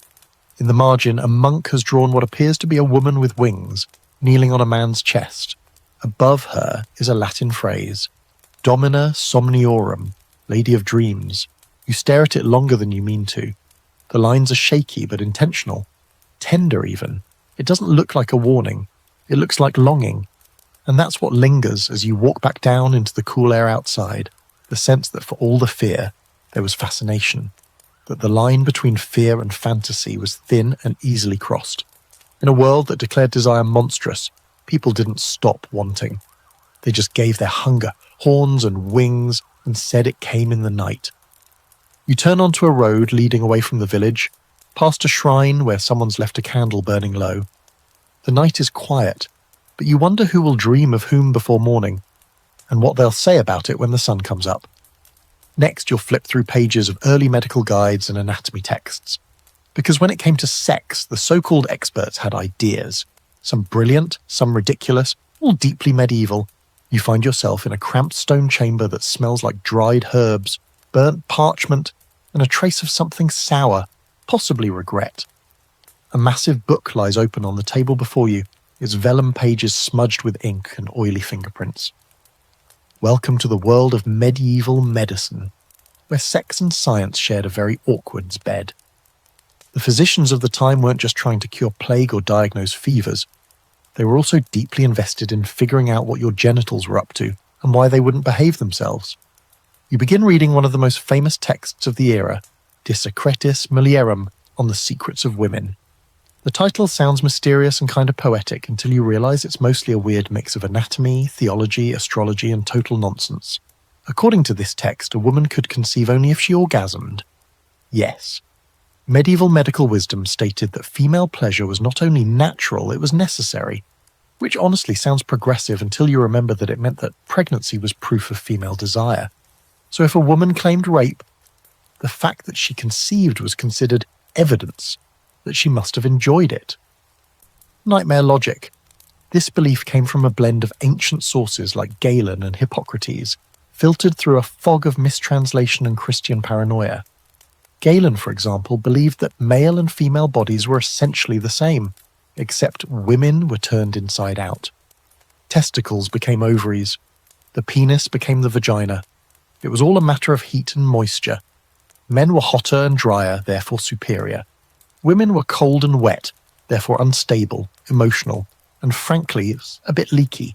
You flip to an anatomical drawing of a woman, and it's mostly guesswork. No nerves, no clear reproductive system, just a kind of mysterious hollow tunnel leading to a vaguely defined womb shaped like a wine flask. Next to it, a caption reads, "The uterus has 7 chambers, 3 for boys, 3 for girls, and 1 for monsters." You blink. Monsters. Yes, apparently the 7th chamber could produce changelings, freaks, or demons, depending on the alignment of the stars and how much garlic the mother had consumed. You don't know whether to laugh or cry. Still, there was a logic to their madness. Medieval physicians believed in the 4 humours: blood, phlegm, black bile, and yellow bile. These governed everything from your temperament to your sex life. Too much blood? You were lustful and rash. Too much black bile? Melancholy? Probably celibate. Sexual desire, they believed, was caused by excess heat. That's why women were often considered more sexual than men. They were thought to store more internal moisture, which built up pressure and needed release. So yes, in some texts, female masturbation was actually recommended as a form of treatment. Better to spill than to swell, wrote one medical friar, and if that isn't the tagline for an herbal supplement, it should be. But while the theory suggested women had stronger sexual appetites, socially, this was a ticking bomb. A woman who was too lusty was seen as dangerous, unnatural. There were endless debates about how to control female desire. Cold baths, chastity belts, heavy diets of lentils and vinegar.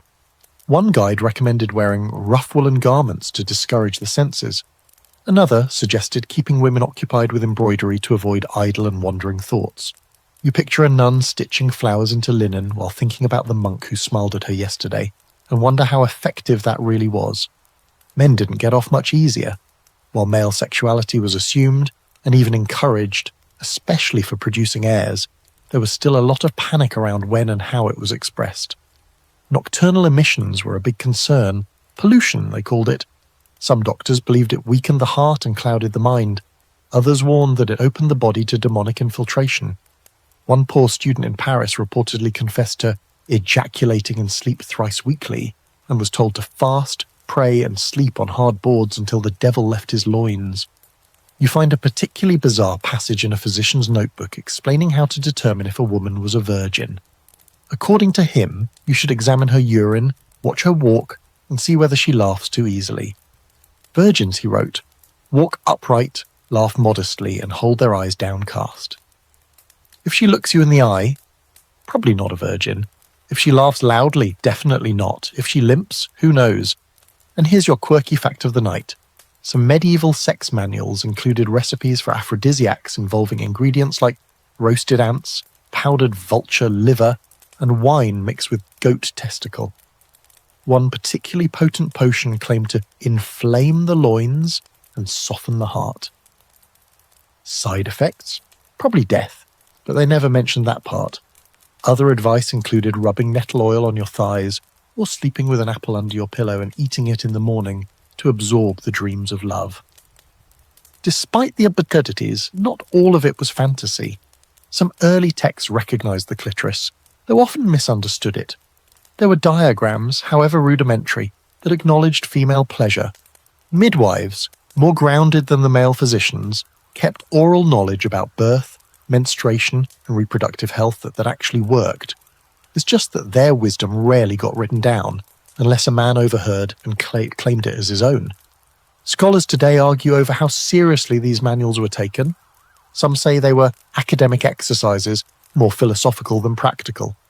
Others believe they were used like early health guides, read in monasteries, passed around university libraries, consulted by midwives and apothecaries alike. What's certain is that they reflect a culture obsessed with regulating sex, understanding sex, and completely failing to do either. As you close the book, your head is swimming with images, ink-stained fingers, misunderstood anatomy, priests scribbling about lust with the intensity of poets. It's clear that even the experts weren't immune to curiosity, or arousal, or confusion, and when knowledge fell short, they filled the gaps with myth, metaphor, and just enough Latin to make it sound official. You step out into the daylight, blinking. Somewhere nearby, a couple is arguing over a bundle of herbs. A midwife scolds a child for throwing a turnip. Life moves on. The human body, with all its mystery and madness, keeps doing what it does. And next, you'll follow it far from home, onto ships and dusty roads, where holy men forget their vows, and pilgrims stumble into temptation in foreign lands. You wake to the creak of wagon wheels and the low chant of a pilgrim's hymn echoing off the dusty road. The sun is already brutal, the horizon shimmering in heat as you join a stream of travellers making their way towards something sacred, or at least officially sacred. This is a crusade route, a pilgrimage path, a ribbon of devout feet and tired bodies stretching from Europe into the Holy Land, or toward Canterbury, Santiago, or Rome. And while everyone here claims they're walking for their souls, the reality, of course, is much messier. You're about to learn that piety and libido are far more travel companions than anyone wants to admit. You first fall in step beside a monk, brown robe, sandals worn smooth, eyes fixed on the path ahead. He tells you he's taken vows, poverty, obedience, chastity, but his voice cracks a bit on that last one. It's different out here, he mumbles, looking away. On the road. You've heard that before. Pilgrimage, with all its spiritual baggage, also brought anonymity. New towns, no relatives watching, and in many cases, no real oversight, which means that people who left home to purify themselves often found themselves neck deep in the very sins they claimed to flee. In one roadside tavern, you witness a knight drinking heavily, boasting that he's taking the cross, but his hand is firmly planted on a barmaid's thigh. Nearby, two supposed pilgrims play dice for a girl's scarf, possibly stolen, definitely scented. These travellers aren't all holy. Many are bored. Some are broke. More than a few are looking for redemption in the same place they're also looking for flesh. A surprising number find both in the same bed. This isn't some fringe phenomenon. Towns along pilgrimage routes had entire economies built around servicing the bodies of pilgrims, not just feeding and housing them, but offering companionship of a less than holy nature. Temporary brothels popped up like mushrooms along the trail. Some were disguised as bathhouses, others didn't bother pretending. And in Jerusalem itself, crusaders were famously accompanied by a retinue of camp followers, many of them sex workers who marched just behind the banners of the cross.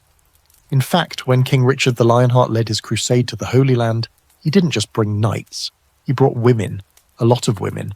Some were noble companions, others were washerwomen, the preferred euphemism for travelling lovers, paid or not.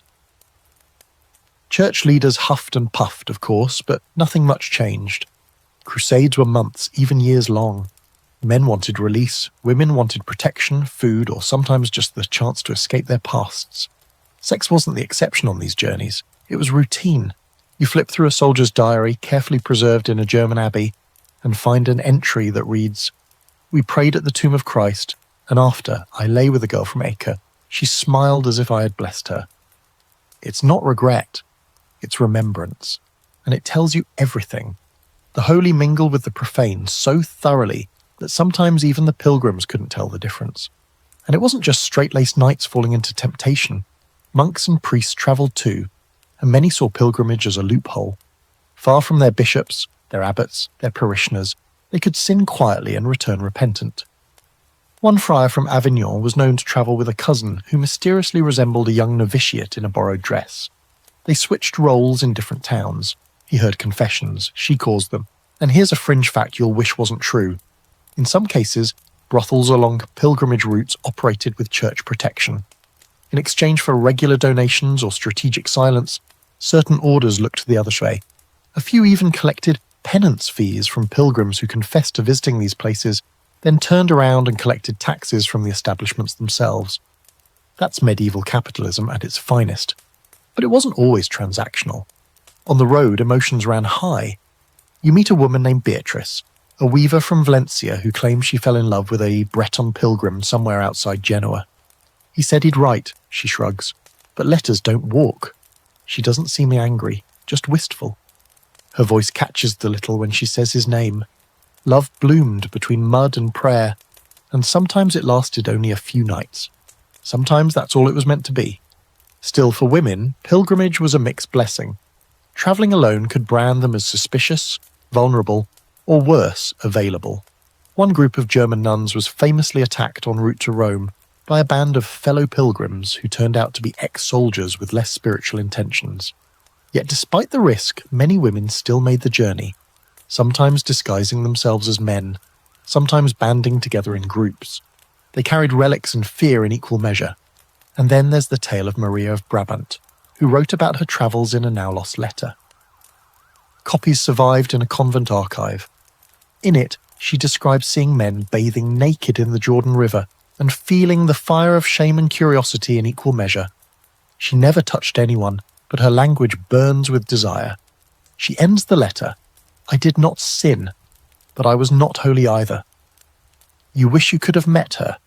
Of course, not everyone returned home unchanged. Some brought back relics, others brought back children. More than one noble family quietly raised a pilgrim's son whose father's name was never written down. A few of these children were claimed openly. More were passed off as nephews, wards, or miracles. The road left marks that couldn't be confessed away. Scholars today argue whether these journeys were spiritual tests or excuses to cut loose.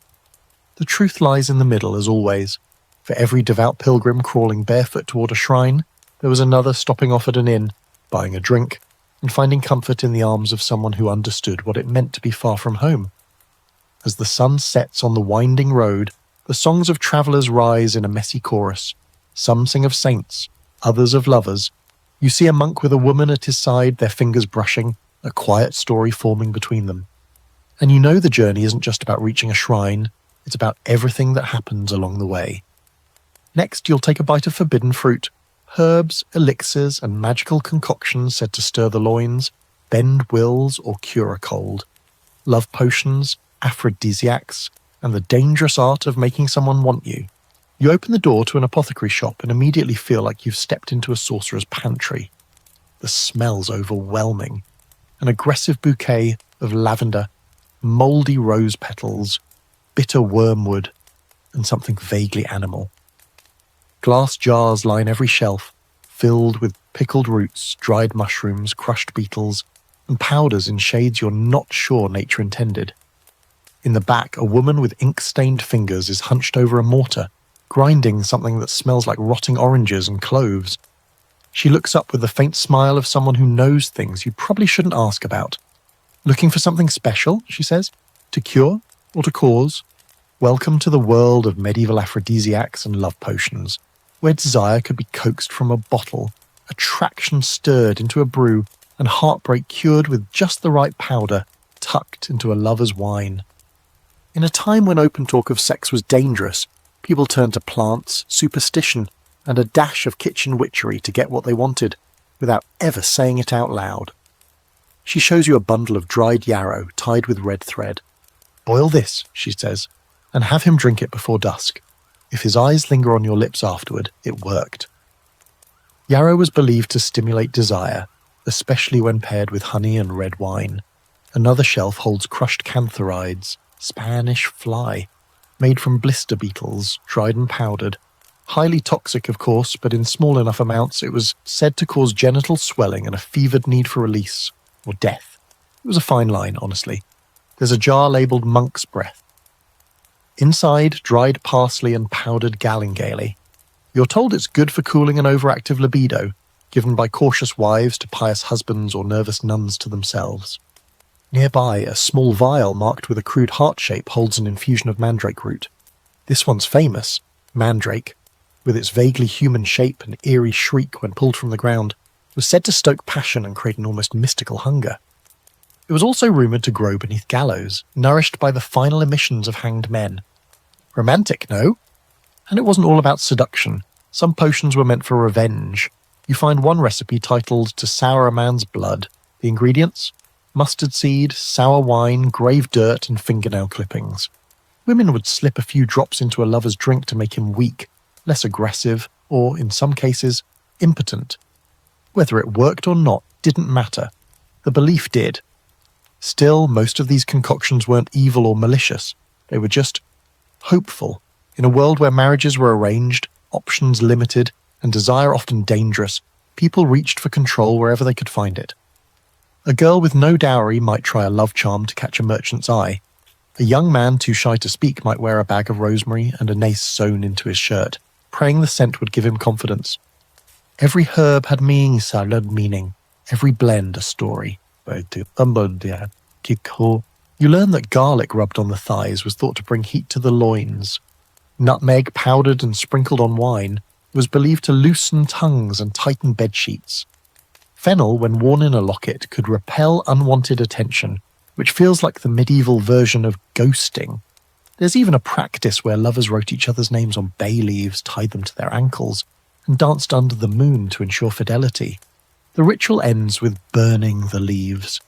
If the flame crackles, your love is true. If it hisses, someone's cheating. But not all love magic was herbal. There were prayers, incantations, and talismans too. One common charm involved writing the names of the three magi, Caspar, Melchior, and Balthazar, on a piece of parchment and hiding it in your lover's shoe. Supposedly, this would make them dream of you and wake up with their heart tilted in your direction. Another involved pressing a blessed coin to the tongue and whispering your beloved's name 9 times. If they looked at you before sunset, the spell had worked. And here's your odd fact for the night. In some rural regions of Eastern Europe, villagers believed that semen collected from a linen bedsheet, yes, collected, could be used to create a love salve when mixed with rose oil and ground bees. The concoction, rubbed on the lips and wrists, supposedly made one irresistible. You try not to gag. The desperation is palpable, but also kind of poetic. People were willing to believe in anything if it meant being wanted. Of course, the church hated all of this. Love magic was considered a form of sorcery. Aphrodisiacs, especially those that worked without consent, bordered on demonic. Women caught making love charms could be charged with witchcraft. One woman in 1327 was accused of causing a man's unnatural fixation by boiling a love root in goat milk under the new moon. Her punishment? Flogging and exile. The man got a sermon and a slap on the wrist, but people didn't stop, they just got quieter. Recipes passed from mother to daughter, lover to lover, hidden in cookbooks between soup instructions or scribbled in margins of medical texts. Some wore their charms in hair braids, others stitched them into the hems of dresses. If you were clever, no one ever knew. Historians still debate how seriously to take these recipes. Were they actual attempts at chemistry, emotional placebos, or just rituals, little acts of control in a world full of uncertainty? Probably all three. What's certain is that the desire to influence love, to stir lust, to protect or provoke the heart, was as real as any miracle claimed from a saint's shrine. As you leave the apothecary, a girl with a basket slips past you, a sprig of rosemary tucked behind her ear. She looks back just once to see if anyone noticed. You did, and maybe someone else will too. Next, you'll climb the steps of castles and courtrooms to see how marriage and power twisted together, where monogamy was preached, but political alliances often came with side flings, concubines and expectations that had little to do with love.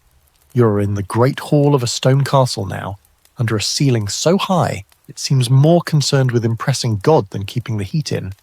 Tapestries line the walls, scenes of hunts, battles, and noble weddings where no one looks particularly happy. The lord and lady sit on their thrones, surrounded by attendants, stewards, and not a single romantic spark.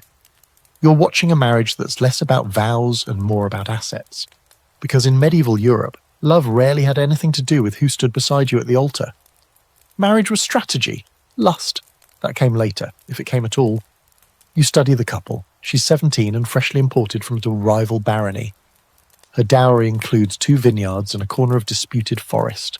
He's 34 with thinning hair and a reputation for gambling. Their union was arranged when she was still a child, sealed with a signature and a goblet of wine, not whispers in the dark. You can feel the chill between them even now, despite the fire crackling at their feet. Monogamy was the church's official stance, of course. One man, one woman, joined under God with no room for wandering eyes or hands, but that rule was applied unevenly at best. For nobles and royals, marriage was a tool, a political contract, an alliance brokered in bloodlines and land. Everyone expected a husband to have mistresses. Everyone expected a wife to look the other way. Fidelity was a virtue, not a requirement. You recall the case of Eleanor of Aquitaine and Louis VII. Their marriage was an unqualified disaster, politically and sexually. She was sharp-tongued and confident. He was devout, awkward, and barely interested. They produced 2 daughters, no sons, and after years of frosty silences, she had the marriage annulled. Her next husband, Henry II of England. They had 8 children, at least 2 legendary affairs, and enough marital dysfunction to fuel a Shakespeare cycle. Monogamy clearly was flexible, but while kings and lords had room to roam, women didn't. A wife caught in adultery could lose her title, her land, even her life. In some regions, an unfaithful noblewoman was imprisoned or forced into a convent. One duchess in Brittany was sewn into a sack and drowned for a rumoured affair with a knight. Her lover? Flogged, mildly, then reassigned to a post in the countryside, justice medieval style. Not all powerful women accepted this quietly. You read about a Castilian queen who kept her own lovers and dared anyone to challenge her. One of them, a poet, wrote that she touched him like a lioness and ruled him like a king. She wasn't punished. Her bloodline was too valuable, but her name was scrubbed from several court records as if desire itself were something you could redact. It wasn't just nobility playing the game. Wealthy merchants in cities like Florence and Bruges also arranged marriages for profit. Their wives were expected to be silent, fertile, and dressed appropriately. One record shows a man fining his wife 10 silver coins for wearing green silk without prior approval. Another forbade his spouse from singing during supper because it was too joyful for a matron. Meanwhile, the same men kept courtesans on stipends and visited brothels under the guise of business meetings. And here's your quirky fact for the night. In 14th century Italy, there was a custom called friari, where noblemen arranged for their wives to have social companions, younger men, often poets or musicians, who were allowed to escort them to events, flatter them, and even share private moments. Officially, it was all very platonic. Unofficially, well, the husbands weren't exactly checking in every night. Some of these companions ended up in the wives' wills or in anonymous poetry that never quite died out. The church kept trying to intervene.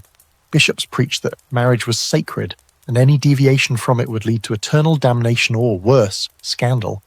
Priests gave sermons on the sanctity of the marriage bed. But they rarely called out powerful men. The rules were strict for peasants, enforced for commoners, and optional for anyone with a title. You start to realize that medieval monogamy was more about managing appearances than managing desire. Even the marriage ceremony itself had multiple versions. The church preferred marriages to happen before a priest, with witnesses and vows. But plenty of unions were sealed with nothing more than a verbal promise and a roll in the hay. Canon law eventually recognized these so-called clandestine marriages if they met certain criteria: mutual consent and consummation. In one famous case, a woman proved her marriage by producing the stained sheets, not from the wedding night, from a week before, behind a barn. Divorce in the modern sense didn't exist. Annulments did, but they were expensive and required a good excuse, usually consanguinity, turns out you were cousins, impotence, or evidence the marriage hadn't been consummated. Some couples faked these things to escape unhappy pairings. One man even hired a friend to testify that his wife smelled so foul it prevented intimacy. She claimed he simply didn't know what he was doing. The court ruled in her favour. Polygamy, officially banned, still made shadow appearances. Kings took concubines. Nobles kept unofficial second wives. In some cases, especially in border regions or among crusaders far from home, men had temporary wives, women they lived with, fathered children with, and then abandoned when they returned. The church occasionally tried to legitimize these unions or baptize the children, but mostly they were just brushed under the velvet rug of political expediency. Scholars still argue over whether medieval people believed in romantic love within marriage. Some did. You read letters between noble spouses filled with real affection. One knight wrote to his wife, "Your absence wounds me like a blade, and your letters are my only bandage." Sweet, right? But they were the exception and not the rule. Most marriages were work, strategic, public, controlled. As you leave the hall, the newlyweds are nowhere to be seen. Upstairs, their bedding is probably being watched by the chaperones with wine breath and high expectations. Whether they find desire or just duty tonight, no one seems to care.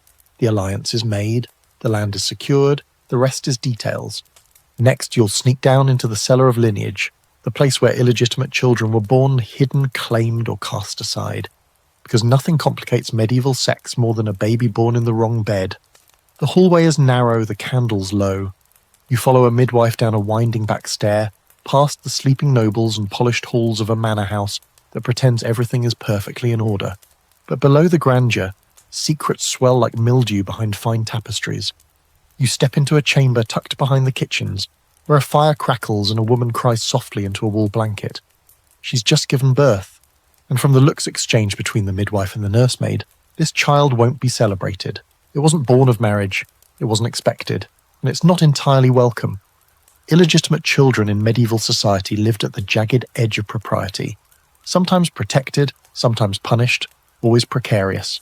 Everything depended on who your parents were and how willing they were to admit what happened in the dark.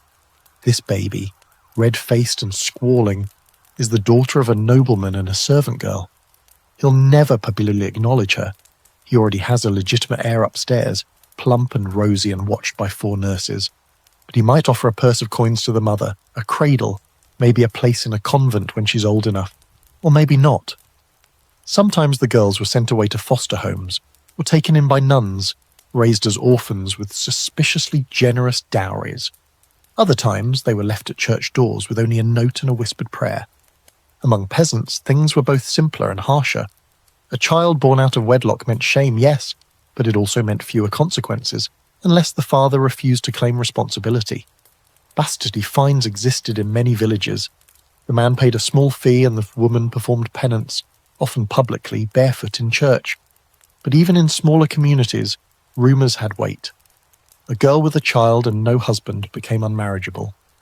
Her options? Beg, work, or hope a wandering friar took mercy. In the noble class, illegitimacy was an open secret with elaborate etiquette. Kings had official mistresses, complete with households, titles, and children who were raised just a rung or two below the legitimate heirs. You read about Charles II of Navarre, who installed his favourite mistress in a tower near the castle and sent his own wife letters filled with polite apologies and zero intention of ending the affair. Their children were educated, given land, sometimes even entered the clergy or married minor nobility. Some of these royal bastards became powerful figures in their own right. William the Conqueror, yes, that William, was famously known as William the Bastard before he took England by storm in 1066. His illegitimacy didn't stop him. In fact, he wore the insult like armour. Others weren't so lucky. Illegitimate sons could be barred from inheritance, denied titles, or forced into the church whether they wanted it or not. Women fared even worse. A nobleman's bastard daughter might be married off to a minor knight or sent to a nunnery, If she was exceptionally beautiful, she might follow in her mother's footsteps and become someone else's mistress. But love was rarely part of the equation. Legitimacy shaped futures, and the stain of being born on the wrong side of the sheets could last a lifetime. And here's your fringe fact for the night. In 13th century England, there was an actual legal term, filius nullius, used in court to refer to an illegitimate child. It means son of no one. Imagine being addressed like that in front of your neighbours. It wasn't just social, it was legal erasure. Bastards couldn't inherit unless formally legitimised by royal decree or papal blessing. And yes, people paid a lot to get those. Still, some tried to game the system. You come across a forged marriage document, crude handwriting, a fake priest's name. A nobleman used it to claim his mistress had actually been his secret wife all along, thereby making their son legitimate. The ruse lasted 6 months before the real priest turned up and ruined everything. The son was stripped of inheritance, and the mistress mysteriously died during illness. You don't ask questions. Sometimes the opposite happened. Lovers married after the child was born, hoping that a post-facto wedding would clean things up. Canon law had debates about this for centuries. Could marriage retroactively legitimize children? The answer changed depending on which pope you asked. Some said yes, others absolutely not. Scholars still argue whether these shifting rules were acts of mercy, or just a cynical way to control inheritance and keep power in the right hands. But not every story ends in tragedy. You meet a boy named Thomas, born of a merchant and his seamstress mistress. The father never married the mother, but he paid for Thomas's education and apprenticed him to a scribe. Now grown, Thomas writes contracts for land deals and has the neatest penmanship in the county. He's not nobility, he'll never inherit a manor, but he's respected, clean-clothed and fully aware of where he came from. My mother gave me her name, he says, and my father gave me his coin. That's enough.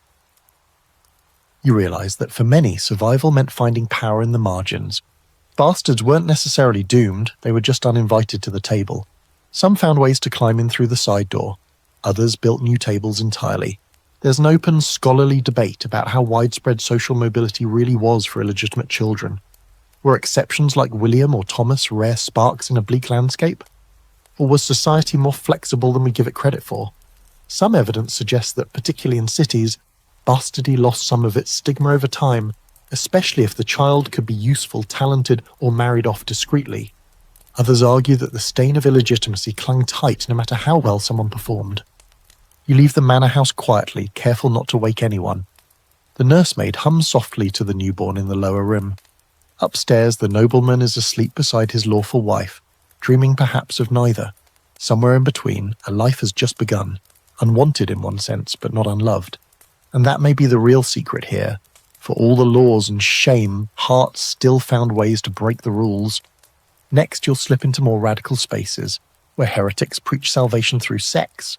Couples share each other as property of the divine, and free love means something far older and stranger than Woodstock ever imagined. You've wandered far off the main road now, past the manors and monasteries, beyond the reach of bishops and barons. You're in a clearing ringed by trees that seem to lean in just a little too close, as if they've heard something they shouldn't repeat. There's a small gathering around a fire, men and women, young and old, cloaked in simple wool and quiet defiance. One woman sings softly, her voice weaving through the smoke. Another reads from a scroll not recognized by any official church. You found the heretics, the radicals, the ones who dared to mix sex and salvation, and weren't all that sorry about it. Welcome to the fringe movements of medieval Christianity, where doctrine is loose, desire is spiritual, and nothing is quite what it seems. You're about to meet people who believed fervently that God lived not in celibacy, but in the body, that the divine could be accessed through touch, and that denying pleasure was the real sin. You sit beside a man named Elias, broad-shouldered and intense, with fingers stained from copying texts. He tells you he's part of the Brethren of the Free Spirit, a loosely organised, wildly controversial movement that gained traction across parts of the Holy Roman Empire and Low Countries in the 13th and 14th centuries. Their core belief? That once a soul was truly united with God, it transcended sin, which meant that anything they did, anything, was no longer sinful, including sex, especially sex. The church, predictably, was horrified. The Brethren rejected sacraments, ignored clerical authority, And, most outrageously, some of their members claim to be literally divine. "I am God," one female mystic allegedly said, "and everything I do is holy." You imagine how well that went over in Rome? But the idea spread. One woman, Marguerite Porete, wrote a mystical treatise called The Mirror of Simple Souls, which argued that the soul must surrender to divine love completely, even if that meant abandoning moral law. The church burned her at the stake in 1310, but her book kept circulating underground. Scholars still debate whether she practiced sexual mysticism herself, but others certainly did. You hear about sects where members strip naked during rituals, both symbolic and literal acts of shedding sin. In some communities, couples shared each other as expressions of divine unity. One heretical group believed that true purity came only after full indulgence, that you had to experience all earthly pleasure before you could be truly free of it. Imagine explaining that to your confessor. And here's your fringe fact for the night. In 14th century Bohemia, a radical sect called the Adamites lived communally, rejected clothing entirely, and believed that prelapsarian nudity, that is, the naked state of Adam and Eve before the fall, was the purest form of existence. They danced, sang, and slept together in the open, claiming they had returned to Eden. The church sent troops. It did not end well. You listen as a woman named Clara speaks. She's in her 30s, with a crescent-shaped scar at her temple and eyes that watch everything. She talks about love, not just romantic love, but sacred eros. The flesh, she says, is the scroll where God writes. For her, sex isn't just human, it's holy. She describes how, in certain rituals, lovers recite psalms during climax, how prayer becomes a kind of foreplay, how kissing, when done with intention, becomes a sacrament. Not everyone in the group practices this openly. Some still wrestle with guilt, others walk both worlds, attending mass by day, then returning to the woods by night. And yet you sense a quiet conviction among them. They're not rebelling for the thrill. They genuinely believe that desire, when embraced honestly, brings them closer to the divine. Of course, the institutional church saw this as a threat, not just the theology, but the liberation. If people didn't fear sin, how could you control them? If women claimed sexual autonomy as spiritual truth, how could you silence them? And perhaps most terrifying of all, if peasants and wanderers could find salvation without priests or confession, what was left for the hierarchy to do? Inquisition records from France and Germany are filled with frenzied accounts of these groups. But the line between truth and slander is thin. Did the brethren really engage in orgies? Or were they accused of it because they dared to question authority? Were the Adamites dangerous, or just inconveniently naked? Even modern scholars can't agree. Some see these movements as proto-feminist, proto-egalitarian responses to a repressive church. Others argue they were chaotic, misguided, and occasionally exploitative. You meet a young couple, Mira and John, who've been living among the Free Spirit followers for 2 years. They tell you they used to be married in the official church. There was love, Mira says, but no freedom. Here they sleep with other partners sometimes together, sometimes not. But always with consent, John adds. Always with grace. You can't tell if it's working, but they look content, not ecstatic, not ashamed, just peaceful in their bodies. Still, the risk is real. If they're caught, they could be tortured, executed, erased. One former member was burned for claiming unity with God through fornication. The word fornication was underlined in red ink, probably by someone with more fear than understanding. You realize how radical it truly is to take something the church labeled shameful and claim it as holy. To say, my pleasure does not condemn me, it connects me to the divine. It's dangerous thinking, transformative thinking. And maybe, just maybe, it's why these groups keep reappearing in history like stubborn wildflowers. You burn them, bury them, condemn them, but they come back. You leave the clearing under a sky slick with stars. Someone sings softly behind you and the fire crackles like a heartbeat. You're not sure you believe what they believe, but you understand it. Because in a world built on control, sometimes the most sacred act is simply wanting without apology. Next, you'll find yourself behind monastery walls and convent doors, where abstinence is the rule but longing lingers in silence, and where saints dream of kisses and monks carve their guilt into stone. The village fades behind you as the trees thin, giving way to a small stone chapel and an adjoining cluster of buildings that squat low against the wind. It's peaceful here. with rows of herbs growing beside a crumbling wall and a cow chewing slowly in a paddock, looking deeply uninterested in your arrival. But beyond the serenity, there's something else, a faint tension hanging in the air like smoke. You've come to witness one of medieval history's strangest obsessions, the trials of animals, where humans projected their lust, shame, and absurd moral panic onto creatures that couldn't defend themselves. That's right. In the Middle Ages, animals stood trial, real ones, with judges and witnesses, and accusations that usually sounded like fever dreams scribbled by a monk on a bad mushroom trip, and many of these trials, absurd as it sounds, centered on sex. You step into a small church courtroom where the scent of incense can't quite mask the underlying aroma of something more, barnyard. At the front, a pig sits chained beside a bailiff, squealing occasionally. The crowd watches grimly. The charge. Carnal knowledge of a child. The prosecutor, a local priest, reads the indictment aloud, voice trembling with equal parts disgust and piety. The audience nods solemnly, you want to scream. The pig scratches itself. This wasn't an isolated case. Dozens, maybe hundreds, of animal trials took place across medieval Europe. Pigs, bulls, goats, and even roosters were brought to courtrooms and accused of crimes, often sexual in nature. In 1386, in Falaise, France, a pig was dressed in human clothes, tried for murder and unnatural acts, and hanged in public. In another case, a donkey was investigated for alleged lewd behaviour with a farmer. But, plot twist, the donkey was acquitted because multiple witnesses testified to her modesty and Christian demeanour.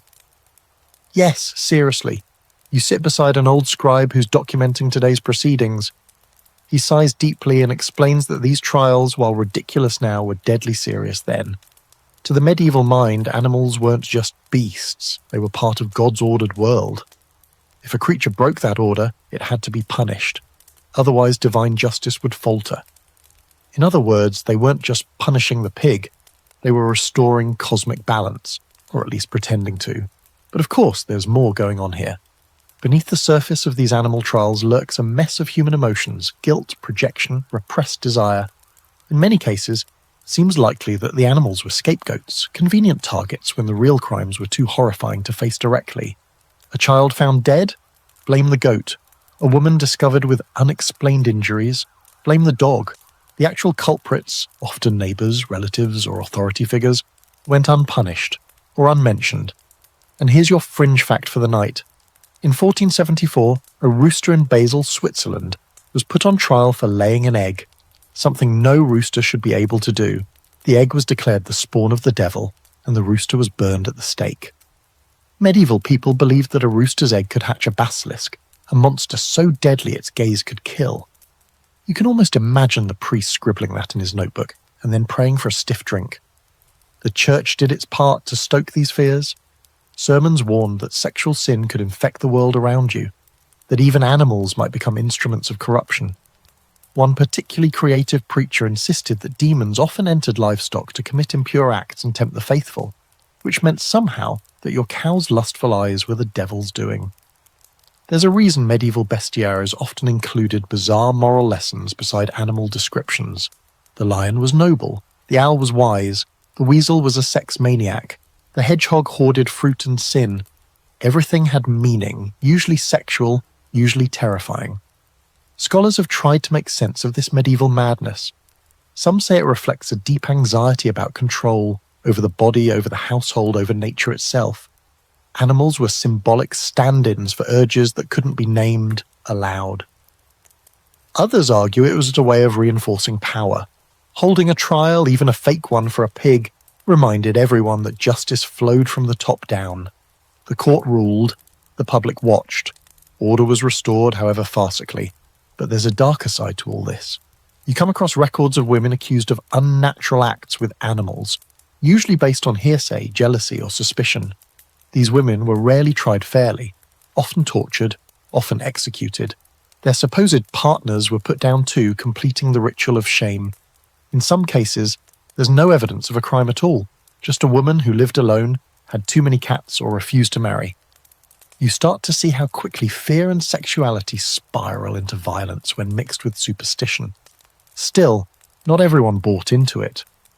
In some town records, juries quietly acquitted animals, or judges delayed proceedings until they faded into obscurity. One case in 15th century Burgundy involved a group of rats accused of stealing grain. The rats were summoned to court, yes, literally summoned, but didn't show up. The defense lawyer argued they had a right to safe passage and were probably deterred by the presence of cats. The judge, possibly realizing the absurdity, let it go. And yes, this actually happened, with written transcripts. You leave the courtroom shaking your head. Outside, the sky is grey, and a group of children run past chasing a chicken. The pig is led away, verdict pending. Life continues, bizarre and brutal in equal measure. And you wonder how many of these trials were less about animals and more about our own refusal to face ourselves. Because when people can't deal with their own desires, their own shame, they find something else to punish. A goat, a girl, a rooster with a mysterious egg. Next, you'll find yourself under a death-shrouded sky, in a time when the plague tore through every certainty, and lust became both a last defiance and a whispered prayer before the coughing began. The coughing starts before you even reach the village. Dry and distant at first, like the crack of twigs in the wind. But as you get closer, it grows wetter, heavier, like something being torn from inside a body. You step into a town in mourning, though no one has had the time to carve the word into stone yet. The plague is here, bubonic, the Black Death. Call it what you like, it doesn't care. You can smell it in the air, sour and hot, like rot just beginning. A cart rolls by carrying more limbs than it should. Someone throws a rosary after it. Someone else throws up. And in the thick of it all, you find something unexpected. People still reaching for each other, still touching, still aching to feel alive even when death is already in the room. The world is ending again and again, and medieval people, it turns out, had the same reaction many of us might. Panic, prayer, and pleasure. Some turned holy, others turned wild, and many drifted between the two depending on the hour, the sermon, or who was offering them a drink. You duck into a tavern, one of the few still open, and find it strangely full. The barkeep is coughing into his sleeve but still pouring ale. Two men argue about whether the world will end in fire or frogs. A woman is perched on a man's lap kissing him between drinks. Everyone here smells faintly of sweat and fear. You sit beside a weaver named Hal, who lost 3 brothers last week and hasn't blinked since Tuesday. "We're all damned," he says casually, as if commenting on the weather. "Might as well have some warmth on the way down." That attitude, surprisingly common, gave rise to a strange surge in erotic behaviour during the plague years.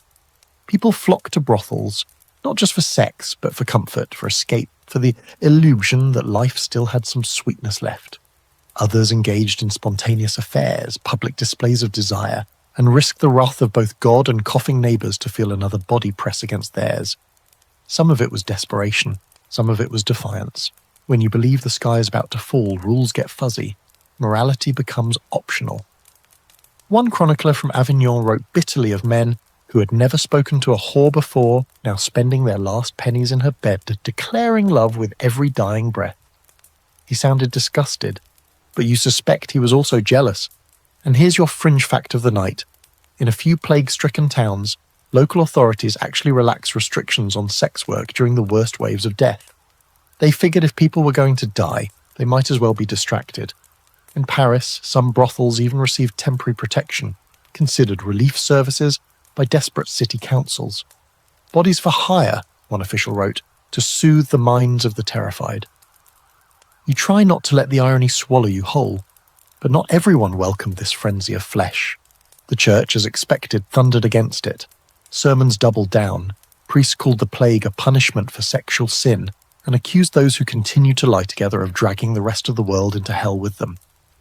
The fornicators, one monk wrote, stir God's wrath into pestilence, which you have to admit has a certain poetic ring to it. Flagellant movements rose up in response, groups of men who whipped themselves through the streets, begging for forgiveness and driving out desire one lash at a time. Some of them forbade sex entirely, even between married couples, arguing that abstinence might spare their souls. Others, paradoxically, became so consumed with holiness that they slipped into a kind of ecstatic trance, moaning and writhing in what looked suspiciously like something else. Scholars still argue over whether these were spiritual seizures or thinly veiled orgasms. The line between pain and pleasure was blurred, especially when God was watching. And there's the rub. Everything became symbolic. A kiss was defiance. An orgasm was rebellion. Holding someone's hand as the boils rose on your neck wasn't just romance. It was war against despair. You meet a young woman named Elsa, cheeks flushed, eyes hollowed from weeks of bad sleep and bad air. She tells you she slept with the same man who buried her sister. "We didn't mean to," she says, voice barely above a whisper. "We just didn't want to be alone. Not that night." He's dead now. She isn't. Yet. Bodies were everywhere after all, in piles, in beds, in fevered dreams. The line between death and desire got twisted fast. Some believe that lust itself spread the plague, especially among the poor. Others believed it was the rich who brought the disease from their travels, their luxuries, their excess. Nobody really knew. The fleas didn't discriminate. But still, people tried to love, and sometimes they tried to love honestly. You hear of couples who married quickly, without priests, just to have someone's name to say in the dark. One young scribe wrote that he shared his bed with a girl from a rival village for a week during the worst of it. "We didn't speak much," he scribbled, "but we held each other. That was enough." There's no record of what happened to her, and yet, amidst all this yearning, not all touches were tender. The breakdown of social order opened the door to exploitation too. Desperate women were forced into sex for shelter. Children were abandoned or sold. Brothels turned into death traps. There are accounts of men robbing plague corpses, then returning to their lovers without even washing their hands. The sickness didn't just rot lungs, it rotted conscience. Still, even in this decay, you feel something deeply human holding on. In a makeshift shelter outside the town walls, two people share a thin blanket, their fingers barely brushing, and that simple connection carries more power than 100 sermons. They aren't pretending they're safe, they aren't even pretending they're clean. They're just choosing to feel something before the lights go out. Scholars today still wrestle with the paradox of play and passion. Some argue the increased eroticism was a natural response to trauma. Others suggest it was always there, just unmasked by mortality. When everything else is taken, the body remains. And what people did with their bodies during the plague says as much about resilience as it does about fear. As you walk away from the town, the coughing fades behind you. The night is heavy, but the stars are shockingly bright. Somewhere another cart is being loaded. Somewhere else a kiss lands on a fevered cheek. Life, stubborn as it is, goes on. Next, you'll step into the final rooms of this world. A place of last confessions and long shadows, where death meets desire in stained glass and tombstone carvings. And lust writes itself into memory, even after the lights go out. The cathedral looms ahead like a ship made of shadow and stone, its spires cutting into a sky bruised with twilight. You walk toward it slowly, boots echoing on worn cobblestones slick with yesterday's rain. This is the end of the journey, not just yours, but theirs, the lords, the lovers, the outlaws, the sinners and saints. You've seen them in beds, in brothels, behind monastery walls and beneath plague-ridden blankets. Now you're stepping into the place where they all eventually come to be remembered, or to be forgotten. Inside, the light is dim, caught in coloured glass that scatters fragments of saints across the flagstones. The air smells of wax and old prayers, layered thick like dust. You pass rows of wooden pews and an altar dressed in gold. But what draws your eye are the tombs, dozens of them. Stone coffins stacked along the walls and carved into the floors, each etched with Latin, dates, and the soft lies of remembrance. Faithful husband, beloved wife, pillar of virtue. You pause at one, a knight in full armour, a woman beside him, both hands folded, eyes shut, lips still parted slightly. Lovers cast in stone, and yet you can't help but wonder, did they even like each other? Death in the Middle Ages was everywhere, and yet for all its daily presence it never stopped being dramatic. People planned for it obsessively, rewrote their wills, purchased indulgences, commissioned artwork. And even in death, the question of sex lingered. Who had been with whom? Who had strayed? Who had touched desire too closely and burned for it? The Church's vision of the afterlife was rigid. Sinners faced damnation, the pure found paradise. But human memory wasn't so tidy, and neither were the gravestones. You run your fingers along one monument that's clearly had its inscription scraped off and rewritten. The new name barely hides the old grooves.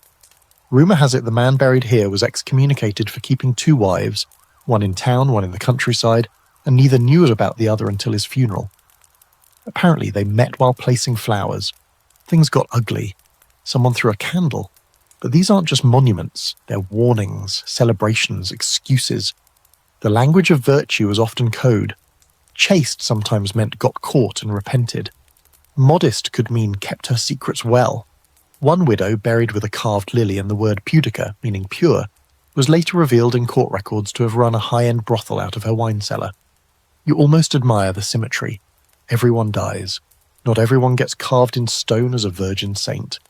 Then there's the art. Death and lust shared the same palette. You trace the lines of a stained glass window showing Mary Magdalene, not kneeling in repentance, but washing Christ's feet with her hair, her face tender and a little too intimate for comfort. Behind her, a bishop scowls, as if he can feel the confusion she causes. For centuries, Magdalene was the church's favourite symbol of fallen womanhood and redemption. A safe place to park all the unease around female sexuality. Want, sanctified. Desire, domesticated. On a column nearby, someone long ago carved a tiny pair of intertwined figures, barely noticeable unless you know where to look. Their faces are rough, weathered by time, but their position is unmistakable. You wonder if a bored mason left them there on a dare, or if it was a tribute, maybe even a memory. Because for all the church's lectures and threats, desire still seeped into the very walls, quietly, persistently. You walk into a side chapel and find a display of death masks, faces cast from wax and painted to resemble the deceased. Most are stoic, a few are smiling. One has lips parted just slightly, teeth barely showing. It's unsettling. She was a noblewoman, they say, who died in childbirth. But her journals survived, and in them she wrote long passages about a lover she never named. He brought her pressed violets, touched her face like she might vanish. She never mentioned her husband, not once. And here's your fringe fact of the night. Some medieval tombs were designed with transy sculptures, effigies showing the person as they were in life on top, and beneath it a rotting corpse, flesh above, decay below, a reminder that beauty fades, bones endure, and lust, no matter how vivid, ends here. Or seems to, but even in death, desire found its echoes. You read about ghost stories, widows dreaming of long-dead lovers who visit them at night, spectral hands brushing thighs, kisses like cold breath. Monks wrote of temptations that lingered in their dreams, voices of old lovers whispering from beyond. Were they hauntings, memories, guilt? No one could say. Scholars still argue over how medieval people balanced their fear of damnation with the inevitability of disease. Some suggest they lived in constant cognitive dissonance, publicly condemning what they privately craved. Others believe they were more honest than we give them credit for, navigating lust and sin as parts of life, not contradictions but companions. Either way, the tombstones don't tell the whole story. You leave the cathedral as the bells begin to ring. A funeral procession passes you, mourners in black, a casket of polished oak, incense trailing behind. Among them walks a woman with her hand clutched tight to a locket. You don't ask what's inside, you already know. Outside, the wind has shifted. You're standing at the edge of a world that once felt eternal but is now quiet, save for your footsteps. You've traced the shape of medieval lust, from the giggles behind market stalls to the ritualized silences of the convent, from flagellation to fornication, from passion to plague. You've seen how people touched and were touched, how they confessed, denied, longed, burned, and finally were buried. Next, as the candles flicker low and the story slips into silence, it's time to wind down with a final breath, a soft descent into sleep, where history rests beside you like a lover with secrets yet to tell. The fire is low now, a hush settling in like dust on forgotten parchment. You sit quietly, letting everything you've seen drift through your thoughts, the low laughter in taverns, the whispered prayers behind cloistered doors, the creak of a bed frame that shouldn't be making that sound in a nunnery, the rustle of parchment scribbled with secrets too tender for the light of day. It's all there, folding gently into memory. You've walked through a world that both feared and worshipped desire, where sermons warned you away from lust even as saints dreamed of divine kisses, where rules were written in stone but broken in soft haylofts, by candlelight or beneath the weight of too much wine. You've met noblewomen who took lovers in silence, monks who wept after pleasure, poets who turned their longing into art, and peasants who held each other close as the plague drew its last breath.